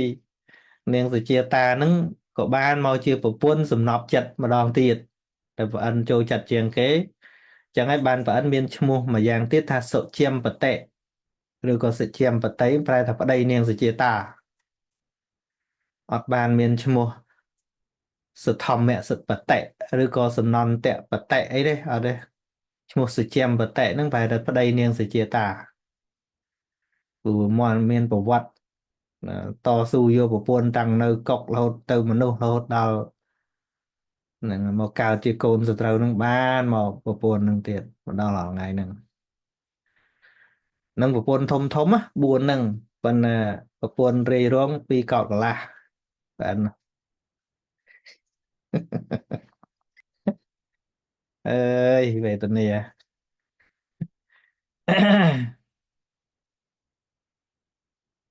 ហ្នឹងហើយថ្ងៃនេះយើងបញ្ចប់អសលបន្តិចអសលនេះដែលយើងរៀបរាប់មកនេះគឺអសលទេវអសលតែយើងបញ្ចប់នេះគឺបញ្ចប់អសលក្នុងអបាយភូមិនេះកន្លែងនេះមកអសលក្នុងអបាយភូមិវិញទោះជាហេតុឲ្យកើតក្នុងអសរភូមិហ្នឹងហើយប៉ុន្តែមិញនោះពួកទេវតាទេអសលដែលលើកឡើងមិញ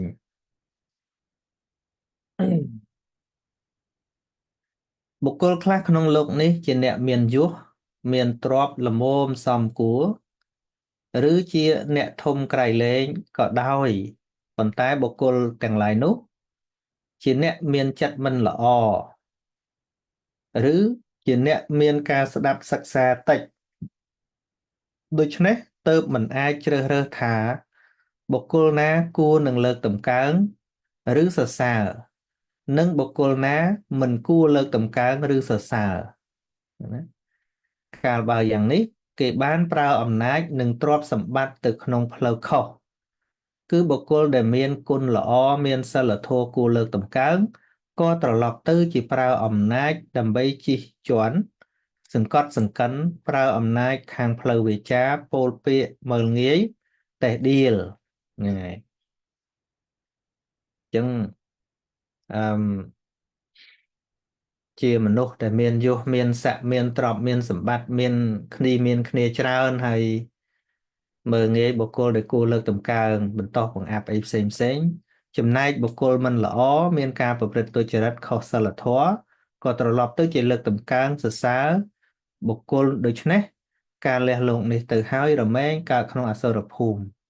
គឺពេតទៅអសុរភូមិអសុរកាយបាទអញ្ចឹងបានថាលៀបយសឋានៈអីហ្នឹងវាមិនអាក្រក់អីទេប៉ុន្តែបើពុលនឹងវាអាចជាបច្ច័យឲ្យ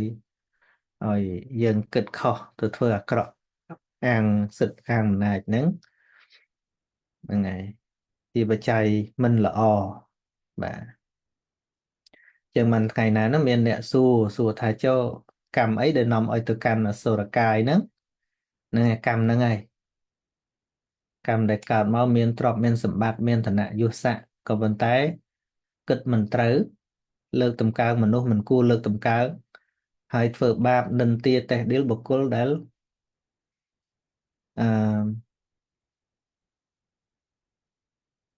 សំទោសម្ដងទីខ្ញុំនិយាយច្រឡំថា លើកតម្កើងបុគ្គលមិនគួរលើកតម្កើងហើយធ្វើបាបអ្នកដែលមិនគួរធ្វើបាបអ្នកដែលមានគុណធម៌ទៅវិញគ្រាន់តែថាអឺអ្នកទាំងឡាយនោះមានការប្រព្រឹត្តផ្ទុយពីខ្លួនឯងចង់បានប៉ុន្តែខ្លួនឯងវាប្រព្រឹត្តតែរឿងមិនល្អឬក៏គិតរឿងមិនល្អប៉ុន្តែដែលមានគុណធម៌ខ្លះលោកមិនប្រព្រឹត្តអំពើបាបជាមួយហ្នឹងក៏ទៅធ្វើបាបលោកអីចឹងទៅបាទអញ្ចឹងចប់ហើយអបាយភូមិ4ថ្ងៃហ្នឹងចាំថ្ងៃក្រោយក៏យើងអឺសិក្សាបន្តនៅក្នុងមនុស្សក្នុងសុគតិតទៅទៀតបាទបងហងអូខ្ញុំបើកសិនជប់តើបើក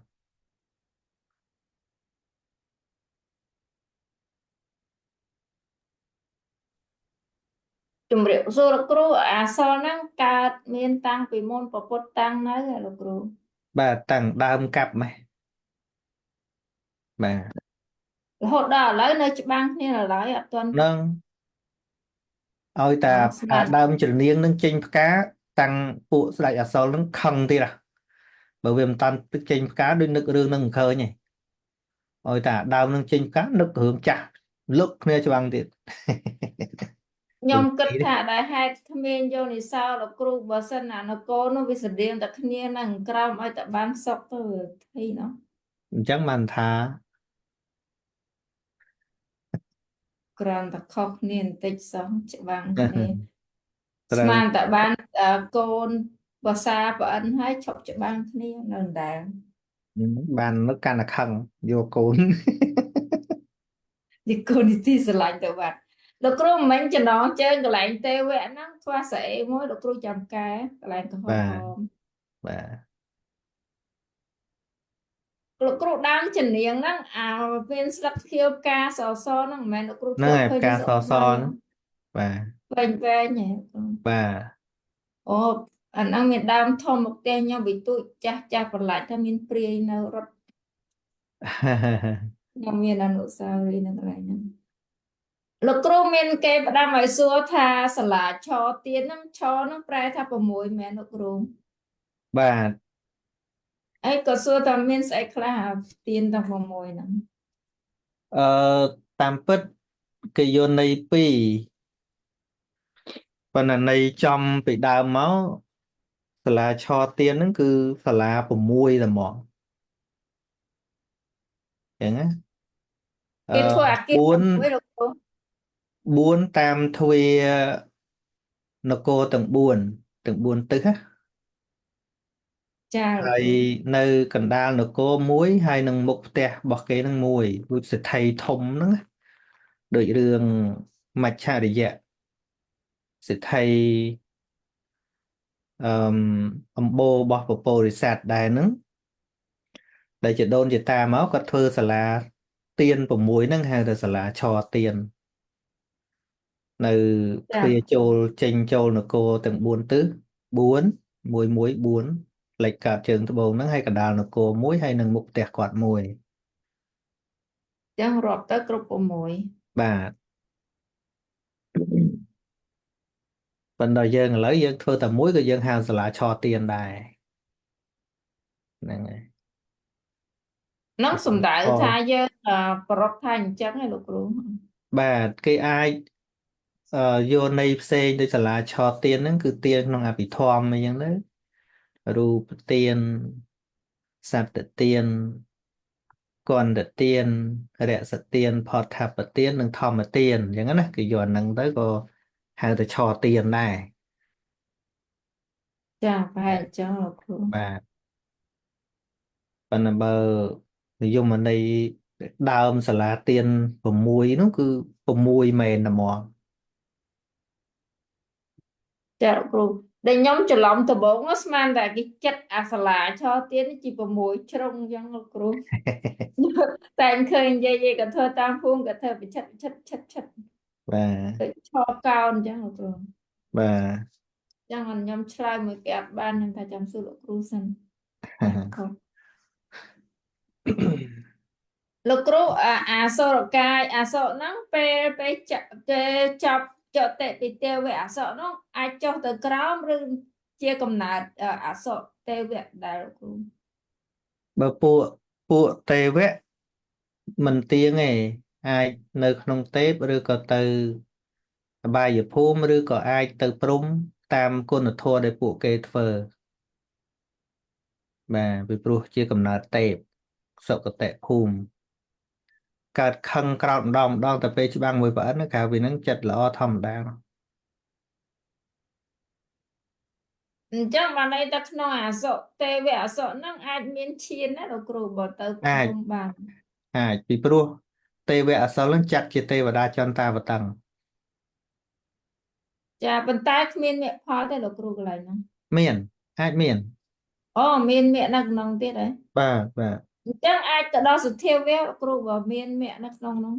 បានដូចតែយើងដែរដូចតែទេវតាចន្តាវតੰងទេវតាចន្តាវតੰងអាចបំពេញកុសលបានយ៉ាងណាទេវៈអសុរាក៏បំពេញកុសលបានយ៉ាងនោះដូចគ្នា ចាប៉ុន្តែបេតៈហើយនិងនិរិយៈហ្នឹងអាចបដិសន្ធិនៅកន្លែងដដែលអាចឡើងមកលើបន្តិចបានទេលោកគ្រូ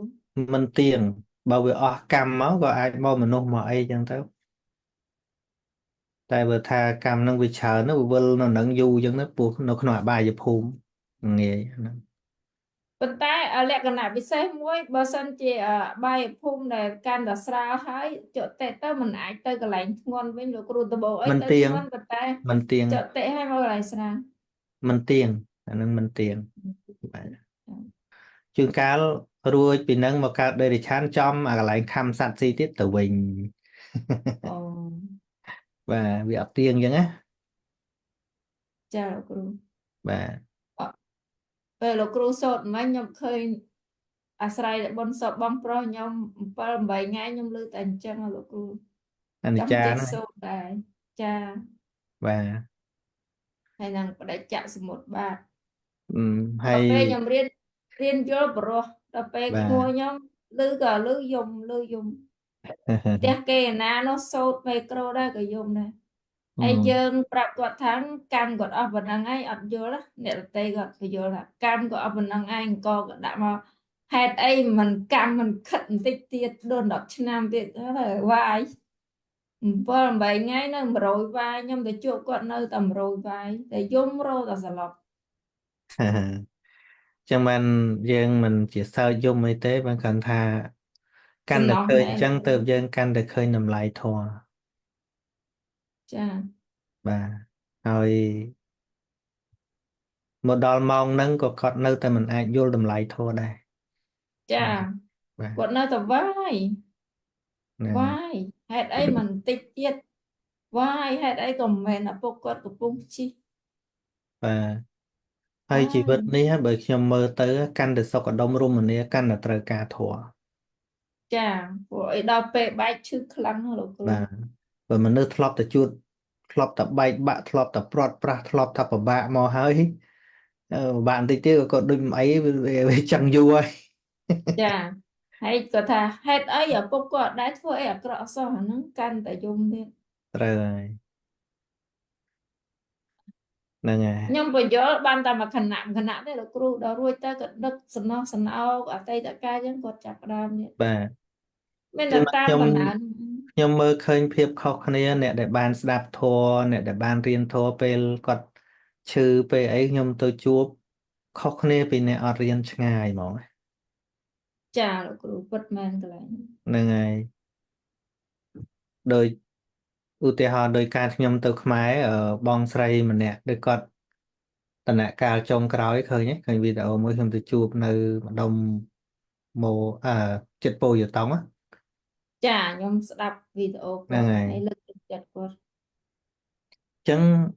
មិនមែនមិនតក់ស្លុតទេចំពោះសេចក្តីស្លាប់ដែលវាមានប៉ុន្តែនៅពេលដែលយល់ពីភាពមិនទៀងរបស់សង្ខារធម៌ដែលអាស្រ័យការស្លាប់រឿយមកវាទៅជាចំណេះរបស់គាត់អាហ្នឹងណា ចា ខ្ញុំសួរថាតក់ស្លុតទេមិនមែនអត់ទេតែគ្រាន់តែដឹងថាវាជារឿងធម្មតាមកវិញវាមាន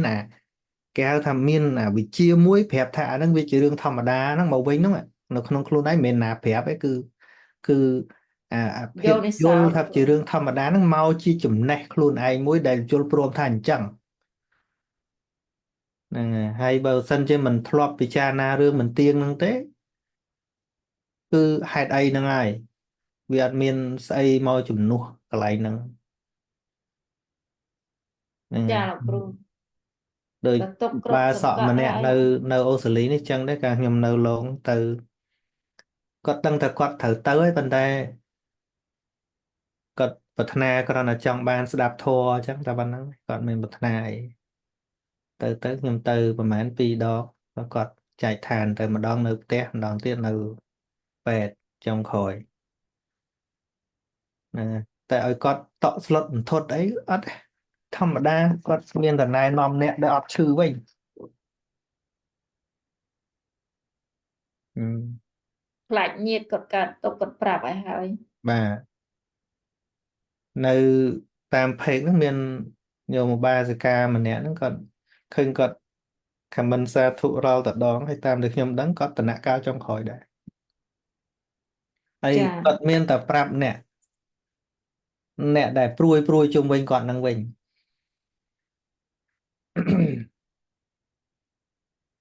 ចឹង ហ្នឹងហើយ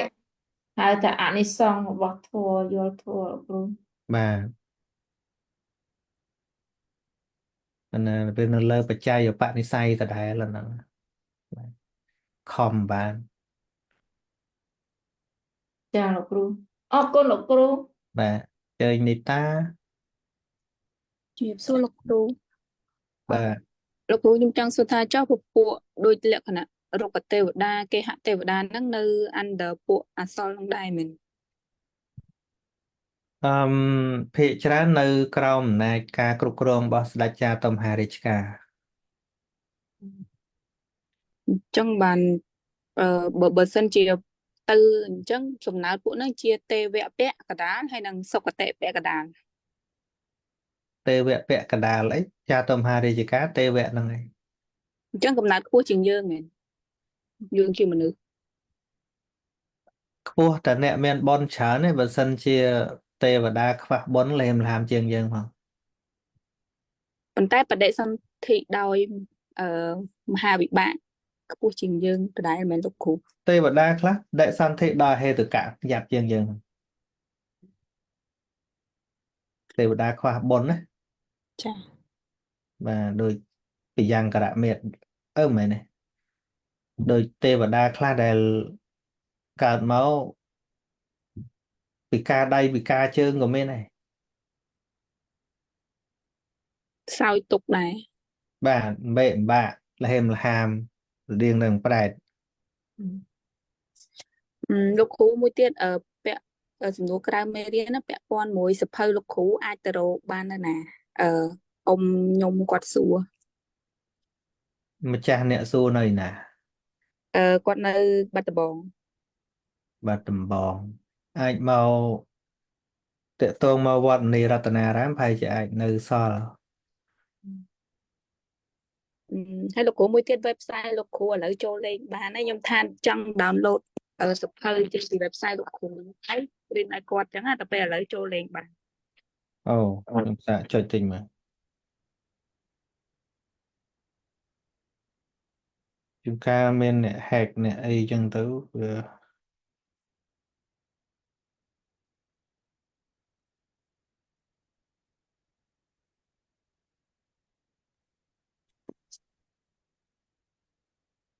ទេនៅដើរទៅនេះ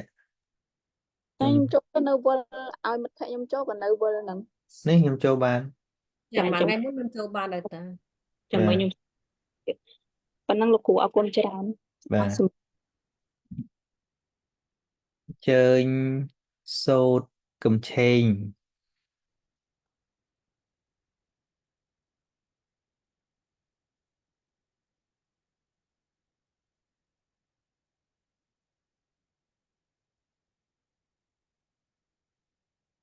ជំរាបសួរលោកគ្រូបាន សាធុលឺតិចមើលអត់សូវលឺ អត់ទៅលេងខ្ញុំមានសំណួរមួយលោកគ្រូចង់សួរលោកគ្រូភ្នំសំណេររូបនៅឯណាលោកគ្រូ អឺ នៅចន្លោះទ្វីបទាំង4ទ្វីប4ហ្នឹងគឺទ្វីបឧត្តរករុទ្វីបពុព្វវិទេហទ្វីបអបរយោគេយោអបរយើងនៅទ្វីបខ្ញុំហៅមិនសូវត្រូវមួយហ្នឹងហើយនឹងចម្ពូទ្វីបយើងនេះនៅចន្លោះទ្វីបទាំង4ហ្នឹងនៅកណ្ដាល cái bà kế nó cũng បាទប៉ុន្តែវាមិននៅជាប់ជាមួយចម្ពូទ្វីបយើងនេះទេអាចទៅបានហ្នឹងតើអ្នកមានបុណ្យមានអីចឹងណាដោយរិទ្ធរបស់ទេវតាឬក៏ដោយរិទ្ធរបស់អ្នកបានឈានអីចឹងទៅបានទៅបានកាលពីមុនខ្ញុំធ្លាប់ឮដូចថាទឹកអត្តស័យខ្យល់អត្តស័យអីខាំងអីចឹងដល់ពួកវិទ្យាសាស្ត្រចេញផុតពីផែនដីទៅវាមានអត់អុកស៊ីហ្សែនមែនអត់មានអីនឹងសំតំណងដែរ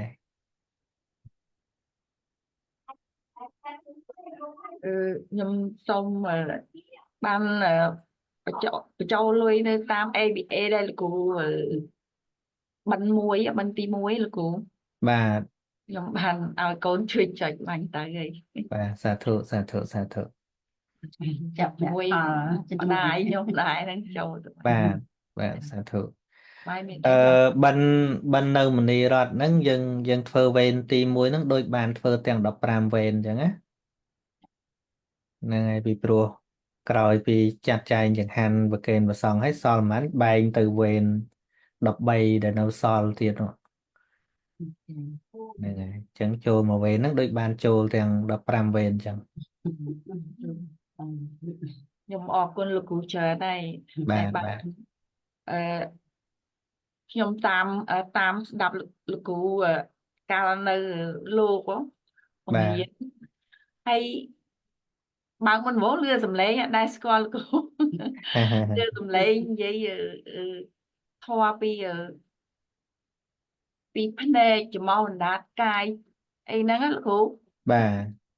ហើយខ្ញុំក៏បានទៅនិយាយជាមួយប្រាប់អ៊ីខ្ញុំហ្នឹងគាត់ធ្លាប់បានរៀនអភិធម្មហើយខ្ញុំអត់ស្គាល់ធម៌អភិធម្មហ្នឹងមិនទេដល់ពេលថ្ងៃមួយគាត់ប្រាប់ថាអាហ្នឹងឯងធម៌អភិធម្មគាត់តែលើធម៌អភិធម្មខ្ញុំទៅមានឧបនិស្ស័យតាមរៀនមួយលោកគ្រូហ្នឹងកូនអីជួយប្រាប់សើចក្នុង Facebook ក្នុង YouTube ចាញ់ហើយខ្ញុំក៏បានរៀនមួយលោកគ្រូរហូតពីចិត្តចេតសិកនឹងស្ដាប់ទៅបានយល់ដល់ចប់ដល់ពេលលើកក្រោយនេះរៀនតាមមួយលោកគ្រូទៀតបោះឆែតទី3គាត់អត់តាន់ហើយឥឡូវបានគ្រូបង្រៀនចាប់ផ្ដើមដាក់ក្នុង Telegram ខ្ញុំហើយកាលនោះខ្ញុំចង់ចូលមិនដឹងចូលនៅណាសុំទេណាក៏រៀនតាម YouTube រៀនកត់រាល់តែយប់ឡើងហើយព្រឹកឡើងនឹងគាត់ហើយខ្ញុំអរគុណច្រើនណាស់ដែលបានបង្ហាត់រៀនធម៌អរគុណតាមពុទ្ធក៏ជ្រះថ្លាពីនងមកខ្ញុំក៏ឆ្នាំ2019ហ្នឹង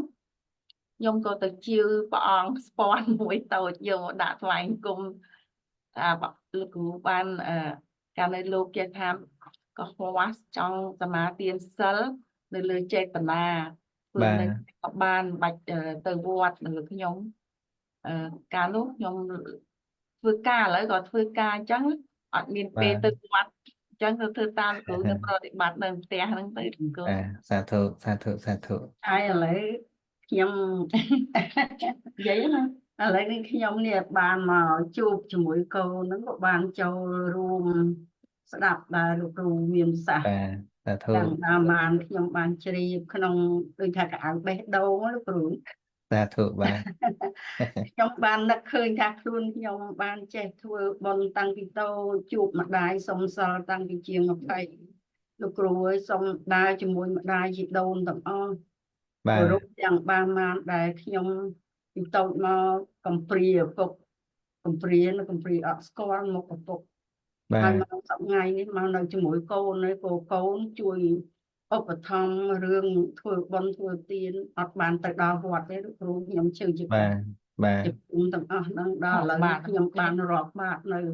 អញ្ចឹងប្រសងមុនដល់អត់ដើរហួសទេព្រះអង្គ សាធុសាធុសាធុ បាន10អង្គ5 10អង្គអញ្ចឹងទៅចេះតក់ បាទ ទេមិនបានធំទេ បាទបាទ បានថានិស័យចិត្តខ្ញុំជ្រះថ្លាគឺ បាទ តែនិយាយចាំទៀតទៅបាយចិត្តដល់លោកគ្រូកុំអីនឹកផ្ទះណាដែលបានកូនឧបត្ថម្ភបានគ្រប់បែបយ៉ាងទាំងអស់ខ្ញុំចេះជូនឲ្យបងប្អូនអស់គ្រប់ ចុះនៅណានេះនេះនៅភ្នំពេញលោកគ្រូ បាទបាទ នៅភ្នំពេញចិត្តកន្លែងដល់ធ្វើ ខា ការ ងនៅអីណោះទេនៅកោះញ៉ាតៃ បាទ ឲ្យដល់មិនសូវជាហ្នឹងកូនយកមក អញ្ចឹងភ្នំពេញនៅម្ដុំណានៅ នៅម្ដុំហួសពីវត្តទួលសកែមកមុខបន្តិច បាទថ្ងៃ16ខែក្រោយហ្នឹងមានការជួបជុំនៅផ្ទះបងតូអាចជួបគ្នានៅហ្នឹងក៏ល្អដែរ ក៏ទៅដែរ បាទ បានជួប សម្រាប់ លោក ចិត្តថាទៅឲ្យជួប បាទបាទសាធុ ការពីឆ្លង ចាអីต้องចាក់ដី ต้องចាក់ដី បាទ ដី ដែរ បាន ទៅ ទៅ ដែរ ដែរ ខ្ញុំខំវីមកវា ទៅជួបជួប ម្ដាយ លោកគ្រូ ដែរ បាទសាធុ និ ហ្នឹង ស័ ហើយ យនៅពេលដែលយើងសិក្សាបន្ថែមទៅវាមានច្រកចេញទោះយើងនៅជិតវត្តនៅឆ្ងាយវត្តអីយ៉ាងណាតែចិត្តយើងនៅគៀកបរតនត្រ័យបានបាទដូចយើងស្ដាប់រឿងមិញនាងសុជាតាក្នុងច្រកភ្នំហ្នឹងមានវត្តណាតែនាងអាសាសិលបានរហូតដល់ធ្វើប្រពន្ធប្រអិនកើត ចា ខ្ញុំខំមកដល់ព្រឹកថ្ងៃដែរគ្រូ ឆ្ងាយពីវត្តប៉ុន្តែចេះខំគោរពព្រះអង្គនៅ បាទមិនជីដូននៅតែបានដាក់បាតប្រសង់ឆ្ងាយវត្តតែចិត្តប្រសង់ដែរប្រសង់នៅតែមកបិណ្ឌបាតនៅតែដាក់បាត មុន បាទ មកនឹងដូចថាស្រស់ស្រាយបន្តិចបន្តួចទេលោកគ្រូប៉ុន្តែដូចសុបាយក្នុងចិត្តណា បាទបាទ បានជាអីធំទេ បាទធំហ្នឹងគឺចិត្តចិត្តជ្រះថ្លាហ្នឹងជាមហាកុសលប្រែកុសលធំមកហ្នឹង ហើយចេះ ជួន តែ កាលបុណ្យធំហឹកហែកខ្លះ អស់គ្នាចា បុណ្យកម្មវិធីហឹកហែកខ្លះវាធំតែកម្មវិធីតែកុសលតូចហ្នឹងហើយតែបើធ្វើដោយជ្រះថ្លាតែបន្តិចបន្តួចក៏ប៉ុន្តែវាទៅជាមហាកុសលកើតឡើងបាទ ជឿនការលោកមុនហួសទៅដៃកូនអើយមុនមកវិញ លោកបកមកវិញមកទៅរីករាយមានតិចតួចទេប៉ុន្តែរីករាយទាំងអស់គ្នា បាទសាធុ អរគុណច្រើនលោកគ្រូ បាទសាធុសាធុ អរគុណលោកណាស់បានជួបលោកគ្រូហើយបានថារៀបចាស់ខ្លាហ្នឹងគូយល់ណាទៅ បាទ មានចិត្តខ្លួនឯងហើយអ៊ីខ្ញុំក៏ចេះថាឯងទៅរៀនធម៌ចំណាស់ហ្នឹងហើយខ្ញុំទៅរៀនណាទេអ៊ីអើយតែអត់មានពេលទៅបើរវល់ចៅហោះធ្វើការហោះយ៉ាង បាទ គាត់ជន់បានស្ដាប់ខ្ញុំអត់ស្គាល់ដែរទៅចេះបើក Facebook ហ្នឹងហ៎ទៅបើករាល់ថ្ងៃអរគុណ Facebook ហើយនឹង YouTube ទៀត ខ្ញុំក៏បានស្ដាប់បន្ថយច្រើន បាទសា ទៅ ធុ បានជួបលោកគ្រូបង្រៀនអញ្ចឹងទៅចេះតាមចុចមើលឃើញលោកគ្រូជាមួយញោមស្រីញោមប្រុសឲ្យដើរនឹងមុននៅឯណាយ៉ាតាមទៅបានថ្ងៃមួយ បាទ លោកគ្រូបញ្យលធម៌មួយលោកគ្រូសោមណ្ណៈទៀតហ្នឹង បាទ ចេះតាមអញ្ចឹងទៅ search ទៅបានឃើញមេរៀនហ្នឹងទៅក៏ចិត្តជ្រះថ្លាខំរៀនទៅរំបានយល់ឡើងរំយល់ហ្នឹងស្ដាប់លោកគ្រូបញ្យលពី3និយាយទៅចុច5ឃ្លាដែរនឹងចង់មើលរំយល់រឿងលោកគ្រូបញ្យលចិត្តទឹកសាច់ចិត្តអញ្ចឹងសូមអរគុណលោកគ្រូអស់យោប បាទ ល់ សាធុសាធុសាធុ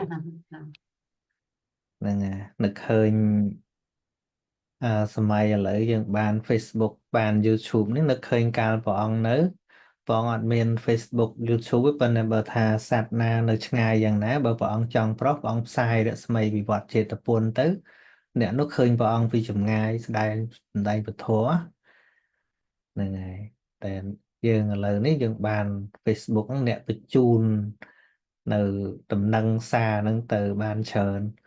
បើព្រះអង្គនៅវិញនឹងអស់តោះមិនហ្នឹងណា ខ្ញុំថាពេលព្រះអង្គ live ម្ដងហ្នឹងមកបាច់ Facebook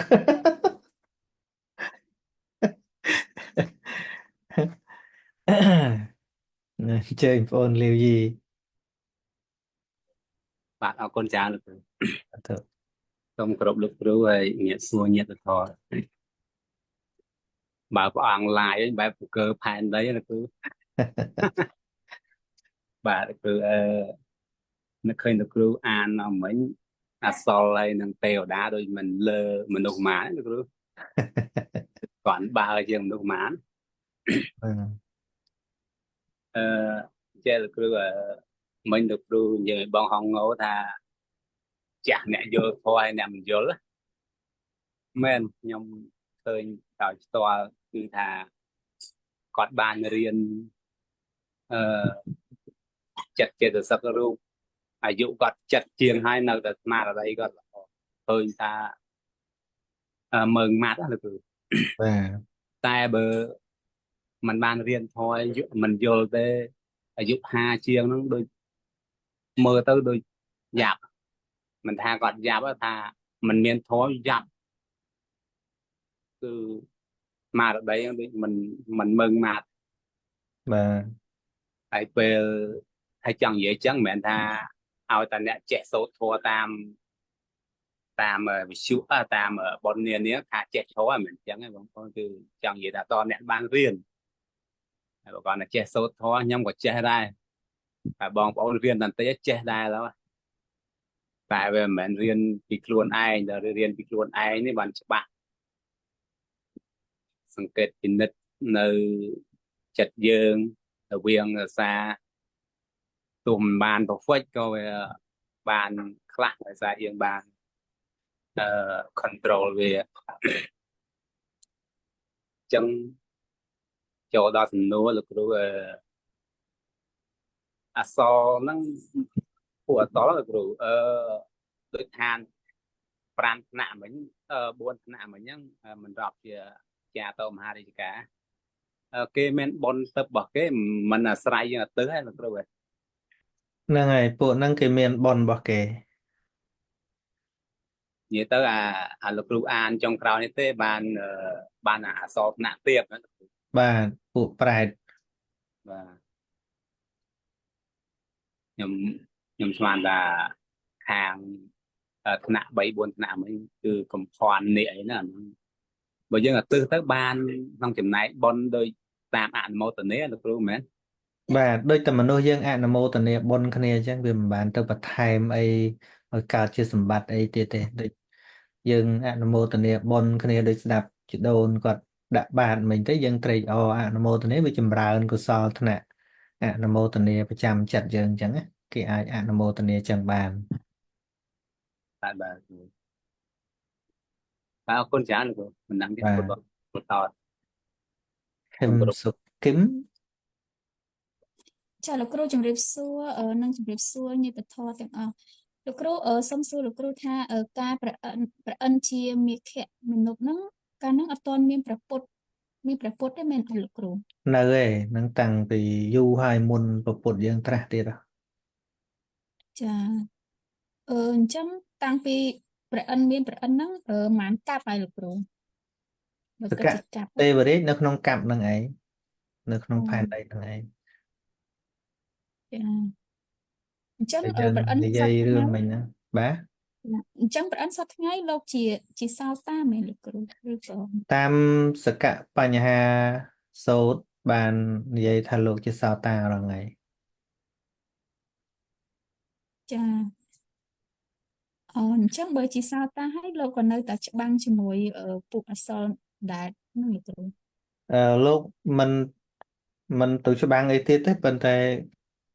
នៅពេលដែលពួកស្ដេចអសលចូលមកក៏ចូលទៅឋានតាវតឹងអត់រួច ចាអញ្ចឹងមានថាលេងច្បាំងគ្នាហើយ ពួកអសលនៅតែចង់ច្បាំងអញ្ចឹង ប៉ុន្តែព្រះអិនលោកលេងច្បាំងហើយណាលោកគ្រូ ថាលែងច្បាំងនោះខ្ញុំមិនដែលបានឮដែរ ចា តែគ្រាន់ថានៅក្នុងនគររបស់តាវតឹងហ្នឹងទោះបីច្បាំងមិនក៏ចូលទៅគំតិចក្នុងនគរអត់បានផង ចា បាទ ចាប៉ុណ្ណឹងឯងលោកគ្រូអរគុណលោកគ្រូច្រើនអរ ហើ គុ យ ណជម្រាប ម្យ៉ាងទៀតសកទេវរាជហ្នឹងវាមិនមែនមានសកតែមួយទេណាសកអាចមានច្រើននៅណាឡើងទៅនៅពេលដែលសកទេវរាជអស់បុណ្យអញ្ចឹងទៅចុតិទៅមានសកទេវរាជថ្មីអញ្ចឹងដូចតែមនុស្សយើងសោយរាជបន្តគ្នាអញ្ចឹងមានសម័យខ្លះមនុស្សអាយុវែងជាងសកទេវរាជផងពួកមនុស្សមានអាយុដល់មួយសង្ខ័យឆ្នាំក៏មានដែរចឹងបងប្អូនលើយថាมันមានអីលើសគ្នាបើនិយាយពីឱកាសក្នុងការសន្សំកុសលមនុស្សយើងអស្ចារ្យជាងទេវតា អត់ទោះលោកគ្រូនៅក្នុងសកបញ្ហាសូត្រហ្នឹងដែល ដែលប្រអិនជុតិបដិសន្ធិមុខព្រះអង្គហ្នឹងមែនលោកគ្រូ មិនចុតិទេគ្រាន់តែคล้ายជាចាស់មកក្មេងវិញ អូអញ្ចឹងមែនទេមានប្រអិនមួយអង្គដែលជុតិបដិសន្ធិមុខព្រះអង្គ ហ្នឹងខ្ញុំអត់ចាំទេប៉ុន្តែបើក្នុងសកបញ្ហាហ្នឹងគ្រាន់តែប្រែជាអសលចាស់ហើយក៏ព្រួយខ្លាចចឹងទៅក៏មកជួបព្រះអង្គមកសាកសួរបញ្ហាទៅដល់ពេលសម្រាប់ជាសោតាទៅក៏คล้ายជាប្រអិនដែលក្មេងវិញបាត់ភាពចាស់ហ្នឹងទៅ ហ្នឹងហើយលោកគ្រូ បាទ ជុតិបដិសន្ធិមុខព្រះអង្គ ចឹង ដោយសារបានសោតាទៅបានកើតមកទៀតប្រអិនទៀតលោកគ្រូ ខ្ញុំ ដូច ដូចជា ក្នុង ភ្លេច ហ្នឹងហើយ បាទ ចា ខ្ញុំគាត់តែចាំពាក្យថាអសលចាស់ក៏បាត់ភាពចាស់បានជាអសល ចា ទេវសកទេវរាជបាទ ហ្នឹងហើយប្រមាលមើលទៅខ្លួនឯងចិត្តជុតិរត់បរោព្រះអង្គភ្លាម ហ្នឹងហើយ បានហ្នឹងហើយលោកគ្រូអរគុណគ្រូ បាទម៉ែសុកអើយអញ្ជើញ ជំរាបសួរលោកគ្រូហើយបងប្អូនទាំងអស់អត់សំណួរអីលោកគ្រូចង់សួរថាចង់ចូលបច្ច័យមួយលោកគ្រូឲ្យប្អូនបាញ់ឲ្យបាញ់តាមលោកគ្រូដាក់ជីវ៉ៃកូដហ្នឹងវាថាមើលអត់ច្បាស់មិនលោកគ្រូបាញ់អត់ទៅមិន អត់ច្បាស់ ខ្ញុំឃើញគេបាញ់តាមស្អី និ ABA យាយដែរបាញ់អត់ច្បាស់ដែរ អ្នកចូលតាម ABA ហ្មង បងមានគាត់មានលេខកូដបងវាយលេខកូដ account ទៅបាញ់បានដូចគ្នា លេខ account ព្រមហ្នឹង អូន តែប ខ្ញុំ ង បាញ់តាមលេខកូដតា ចា បាទ លេខកូដហ្នឹងបាញ់បានបងខ្ញុំបាញ់បានហើយខ្ញុំឲ្យគេបាញ់ក៏បានដែរហ្នឹងខ្ញុំ ខ្ញុំបាញ់បាន ទៅគាត់ ខ្ញុំតែ វត្ត ដល់ ម ឲ្យខ្ញុំ នីរត បាញ់ឲ្យ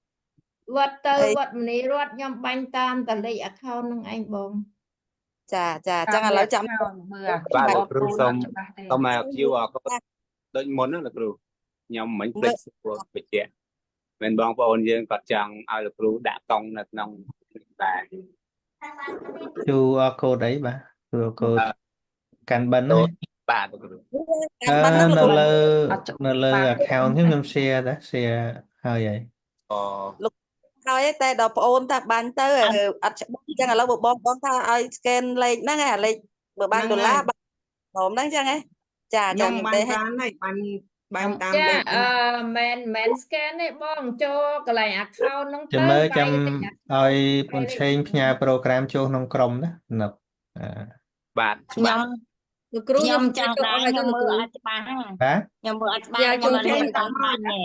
ចា អូនឆេងដាក់មកហើយហ្នឹង អូខេដាក់ហើយ ខ្ញុំឃើញអត់ទាន់ច្បាស់ អត់ ដែរ ច្បាស់ ខ្ញុំអត់ ខ្ញុំ ច្បាស់ ឲ្យ មានលេខ បាញ់ មក តាម លេខ លេខ មក តាមលេខ ឃើញប៉ុន្តែអត់ច្បាស់ចា អត់ច្បាស់ដោយសារគីឡូទូរស័ព្ទយើងមិនដឹងអញ្ចឹងខ្ញុំមិន ខ្ញុំ អ តែ ត់ នៅក្នុងហ្នឹងគាត់មាន account ផ្សេងទៀតតែយើងអាចមើលអាផ្សេងទៀតចូលបានអត់បងមិនចាំបាច់ទៅ scan ឲ្យមកខ្ញុំបាញ់ តាមតាមលេខអីបាទអូនបាញ់តាមលេខអី លោកគ្រូ បាញ់តាម បាញ់ ABA តាមលេខ account ប ប៉ុន្តែពួកគាត់ថា scan មើលឃើញមិន scan មើលឃើញទេឲ្យ scan ហ្នឹងឯង scan អត់ឃើញបាញ់ឲ្យកូនគាត់ធ្វើបាញ់តាមលេខ account មានលេខនោះហ្នឹង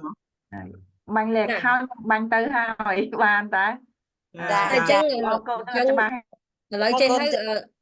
សុំមើលព័ត៌មានលម្អិតនៅលើលេខ account ហ្នឹងទៅមិនមែនមានតែវិធីតែមួយទេមានវិធីច្រើនខ្ញុំឃើញនៅក្នុងហ្នឹងបើយើងធ្វើអត់បានមួយយើងធ្វើឲ្យមួយទៀតទៅ ចាចាអញ្ចឹងពួកអីឲ្យប្អូនពឹង លេខ ប្ កូ អូ ដ ន ហ្នឹង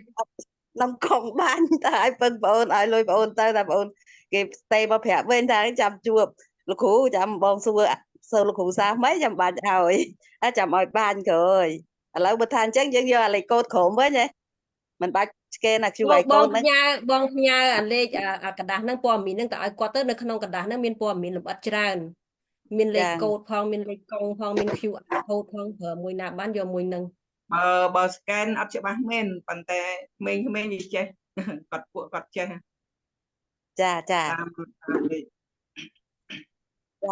ចាហើយលោកគ្រូសុំសួរមកសំណួរគ្រូ បាទ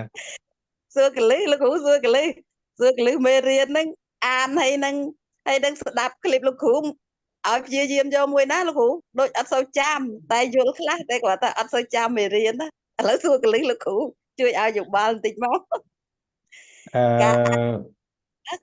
ការអាននិងការស្ដាប់ឲ្យកលិះមួយណាលោកគ្រូ បើរៀនគឺត្រូវការទាំងពីរ យ៉ាងតែបើត្រូវការ បា ទាំងពីរ ទ តែ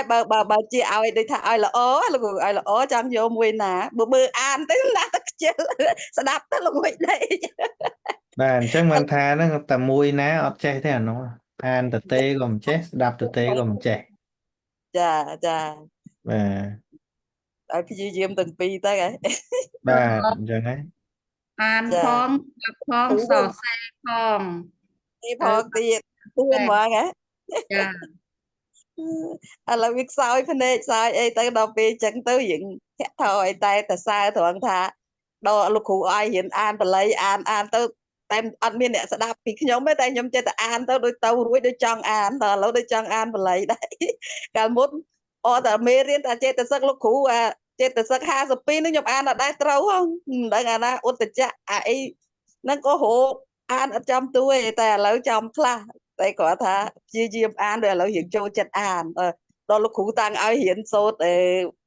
អីគេឧបវិស្សរៈនោះឧបវិរៈហ្នឹងមកឥឡូវរៀងចេះចូលចិត្តអានបល័យហើយលោកគ្រូប៉ុន្តែកលិះយើងឲ្យរៀនឆាប់ចាំអានអីក៏ស្ដាប់ សរសេរមួយទៀតសរសេរមួយទៀត អញ្ចឹង ចា ចា ណែ ឥឡូវ ណា ហ្នឹង ខ្ញុំនេះវាអន់ណាស់ហើយផ្នែកប៉ុន្តែខ្ញុំនៅតែសរសេរទៀតពោះចូលចិត្ត មក សរសេរ និយាយប្រាប់តាមត្រង់ខ្ញុំរៀនតាំង85មកហើយពី85មកឥឡូវប្រហែលឆ្នាំខ្ញុំអត់ដែរកាន់បិចកាន់សភៅឲ្យទៅចូលមេរៀនលោកគ្រូហើយអ្នកគ្រូនៅរនហ្នឹងបន្តិចបានចាប់បិចសភៅឡើងវិញ ដល់អញ្ចឹងទៅជប់រៀនយូរណាស់ហើយ ណែ ដល់តម្លាក់ការងារចោលហើយបានមករៀនវិញលោកគ្រូអើយពីមុនព្រមឡើងពលិចនៅតាជ្រូកនៅតារោងម៉ាស៊ីនដល់ឥឡូវតម្លាក់ចោលហើយអនតែដូចរៀនកខសារដើមហើយក្មេងៗសែកខ្ញុំរៀនបល័យកាក់ខិ លោកគ្រូដាក់ថ្ងៃណាមកប្រែកលៀបលោកគ្រូ ចាលោកគ្រូដាក់ថ្ងៃហ្នឹងខ្ញុំចង់បបួលញាតិញោមទៅមួយអ្នកគ្រូម្ដងដែរឲ្យស្គាល់ អូមិនតាន់បានដាក់ថ្ងៃឲ្យខ្ញុំមើលថ្ងៃទៅចង់អស់ហើយម្ដងនោះ លុយខែ10ឲ្យលោកគ្រូដាក់ថ្ងៃមកស្រួលខ្ញុំឲ្យទូលោកឲ្យធ្វើកឋិនចំថ្ងៃហ្នឹងហ្មង អឺ កឋិន បាន នៅតនេតែខែ11ខែ10ដូចអស់ហើយ ខែ10អស់ហើយ អស់ហើយ ខែ10ដូចនៅប្រហែលថ្ងៃទៀតលោកគ្រូមានដូចជាថ្ងៃទី28 29 30អីដូចនៅទៅលោកគ្រូ ជិតដាក់ថ្ងៃសក្យបុត្រនោះខ្ញុំដាក់ថ្ងៃសក្យបុត្រនោះ សក្យបុត្រថ្ងៃ27លោកគ្រូ 27 ចា អញ្ចឹងដាក់ថ្ងៃ28បណ្ដោយជាប់គ្នាខ្ញុំនៅពេញស្រាប់ 28ត្រូវថ្ងៃអីចេះ 28ត្រូវថ្ងៃ28ខែ10 28ខែ10ត្រូវថ្ងៃច័ន្ទ ថ្ងៃច័ន្ទថ្ងៃ11រោច តន់ចូលកឋិនទេចូលលើ11រោច ថ្ងៃ11រោចចាអីហ៎ មក28ដូចថ្ងៃសៅរ៍ អត់ទេ28ថ្ងៃច័ន្ទ អូថ្ងៃដាក់ថ្ងៃច័ន្ទចា ទៅតុលាតើ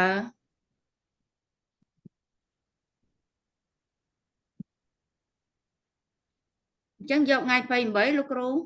បាទដាក់ថ្ងៃហ្នឹងចុះ ចាអរគុណច្រើនលោកគ្រូ បាទសាធុ អត់ទោសលោកគ្រូពេល ដែលព្រះអង្គយើងទៅមិនបានត្រាស់ដឹងហ្នឹងហើយមានយៈមួយដែលបានសោតស្ដាប់ទៅបានសោតតាហើយទៅរកពួកម៉ាក់ដើរលេងណាលោកគ្រូ បាទ ពីរនាក់ហ្នឹងទេវអសរឬក៏ទេវតាជាន់ផ្សេងទេលោកគ្រូ ពួកជាបណ្ឌយៈទេវតា មិនក្រុមទេវអសរដែលគេចាប់បោះតម្លាក់មកទាំងទេលោកគ្រូ មែនទេ អូផ្សេងចាមិនកូវេរៈឯងលោកគ្រូមួយហ្នឹងមិនកូវេរៈឯង និយាយទៅពួកយៈប៉ុន្នៅក្នុងការគ្រប់គ្រងរបស់ស្ដេចចៅតមហារាជការ អូមិនស្ដេចចាទៅមហារាជការតែម្ដងលោកគ្រូ មែនទេ ចាសាធុបើកូវេរៈហ្នឹងស្ដេចចាទៅមហារាជការហ្នឹងតែម្ដង បាទ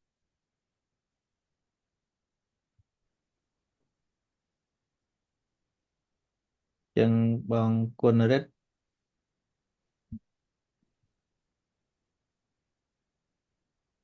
បាទខ្ញុំកាលណាសូមនមស្ការព្រះសង្ឃគ្រប់ព្រះអង្គហើយនឹងសូមជម្រាបសួរលោកគ្រូនិងជម្រាបសួរធម្មញាតិទាំងអស់គ្នាលោកគ្រូខ្ញុំបាទអត់មានសំណួរទេថ្ងៃហ្នឹងស្ដាប់រឿងអាសលហ្នឹងកើតលោភៈនឹកឃើញថាបានលោកគ្រូតែងបត់ចបៃមួយទៅដូចព្រោះលោកគ្រូវាតពីរឿងនាងសុជាតារឿងធ្វើបន់ធ្វើផ្លូវធ្វើអីមកដូចរឿងវែងដើមទួងពីនឹងមកកើតបត់ចបៃមកបត់ដូចព្រោះដល់អញ្ចឹងនឹកឃើញបាទខ្ញុំមានប៉ុណ្ណឹងឯងលោកគ្រូអរគុណ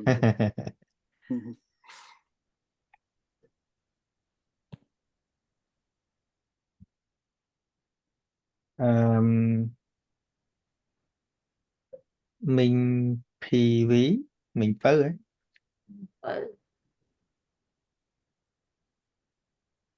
ជំរាបសួរលោកគ្រូនិងមិត្តធម៌ទាំងអស់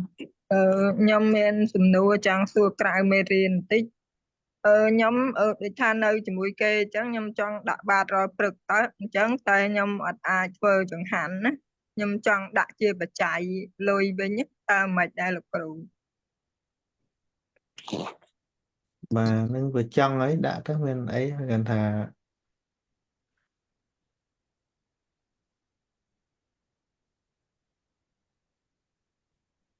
ហើយចង់មិនបើដាក់ហើយចង់មិនទៀត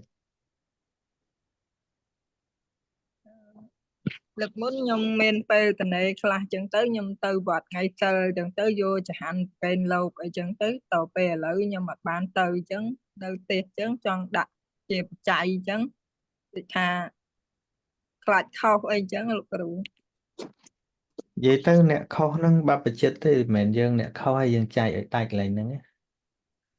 យើងមើលបំណងរបស់យើងគិតថាបានទៅបានទិញរបស់របរប្រើប្រាស់បរិភោគអីចឹងទៅយើងកុំគិតថា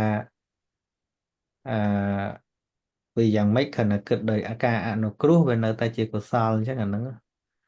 តែរឿងត្រូវទៅមិនត្រូវទៅលោកខ្លួនឯងទេសិក្ខាបទហ្នឹងវាជាសិក្ខាបទរបស់បព្វជិតរបស់អ្នកបួសមិនមែនជាសិក្ខាបទរបស់យើងទេហ្នឹងហើយឧទាហរណ៍ថាយើងមានពោតពីរប៉ុន្តែយើងចង់ឲ្យទៅលោកប៉ុន្តែពេលអសៀលតែយើងមិនបានដឹងថាលោកទទួលបានអីទេប៉ុន្តែចិត្តយើងនឹងវាជ្រះថ្លាចង់ឲ្យប៉ុន្តែលោកទទួលថ្ងៃអសៀលបើជាភិក្ខុលោកត្រូវទោសឧទាហរណ៍អញ្ចឹងណាប៉ុន្តែសួរតែយើងមានទោសអីថាមានទោសអីទេព្រោះមិនមានវិន័យយើងណាអញ្ចឹងមិនមានវិន័យយើងណា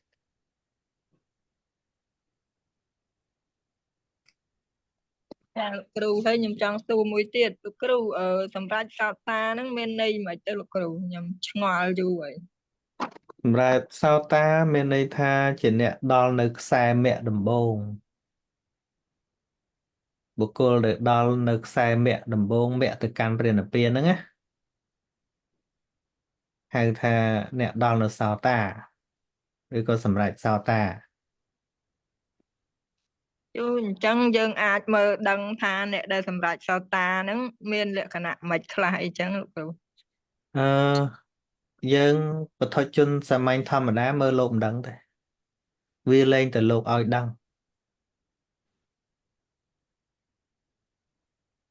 ហើយគ្រាន់តែថាអ្នកដែលសោតាមែនតើលោកងាយប្រាប់យើង មិនដឹងតែប្រាប់យើងបានប្រយោជន៍អី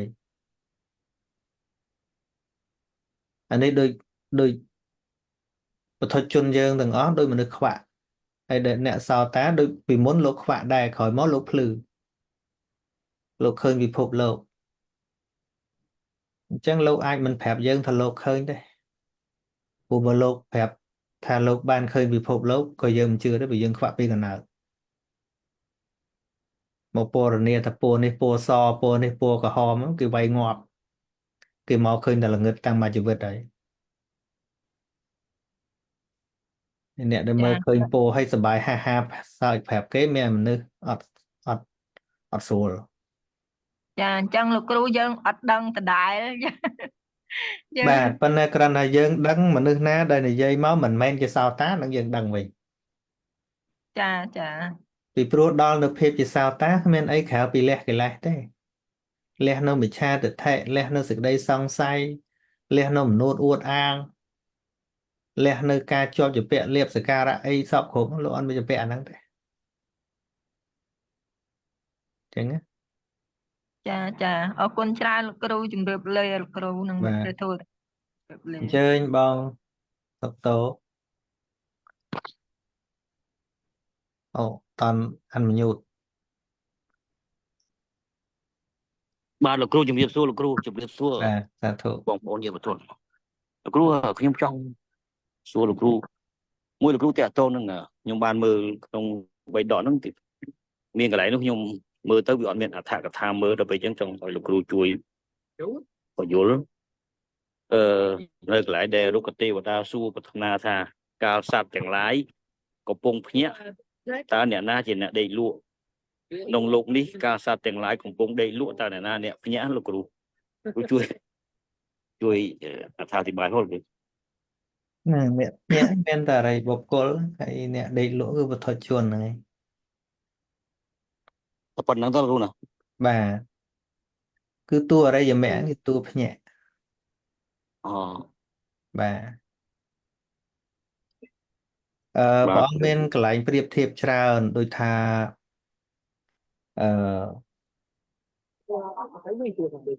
សត្វដែលជាបុថុជនហ្នឹងប្រៀបដូចជាអ្នកកំពុងដេកលក់នៅក្នុងមុងដែលគ្របអញ្ចឹងណាហើយផ្ទះដែលកំពុងដេកហ្នឹងដូចជាផ្ទះដែលត្រូវភ្លើងឆេះហើយព្រះអង្គជាអ្នកភ្ញាក់មុនគេហើយស្រែកដាស់តឿនអ្នកដែលកំពុងអញ្ចឹងនរណាដែលជាកំពុងដេកលក់គឺបុថុជនលក់នៅក្នុងមុងគឺអវិជ្ជា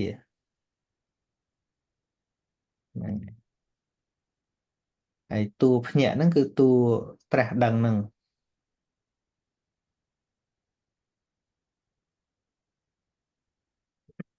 អូលែងលឺហើយ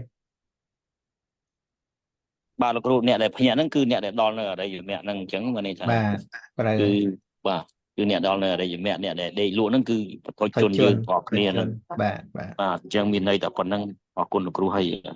ចង់សួរលោកគ្រូមួយទៀតលោកគ្រូតាក់ទងនឹងប្រសង់គាត់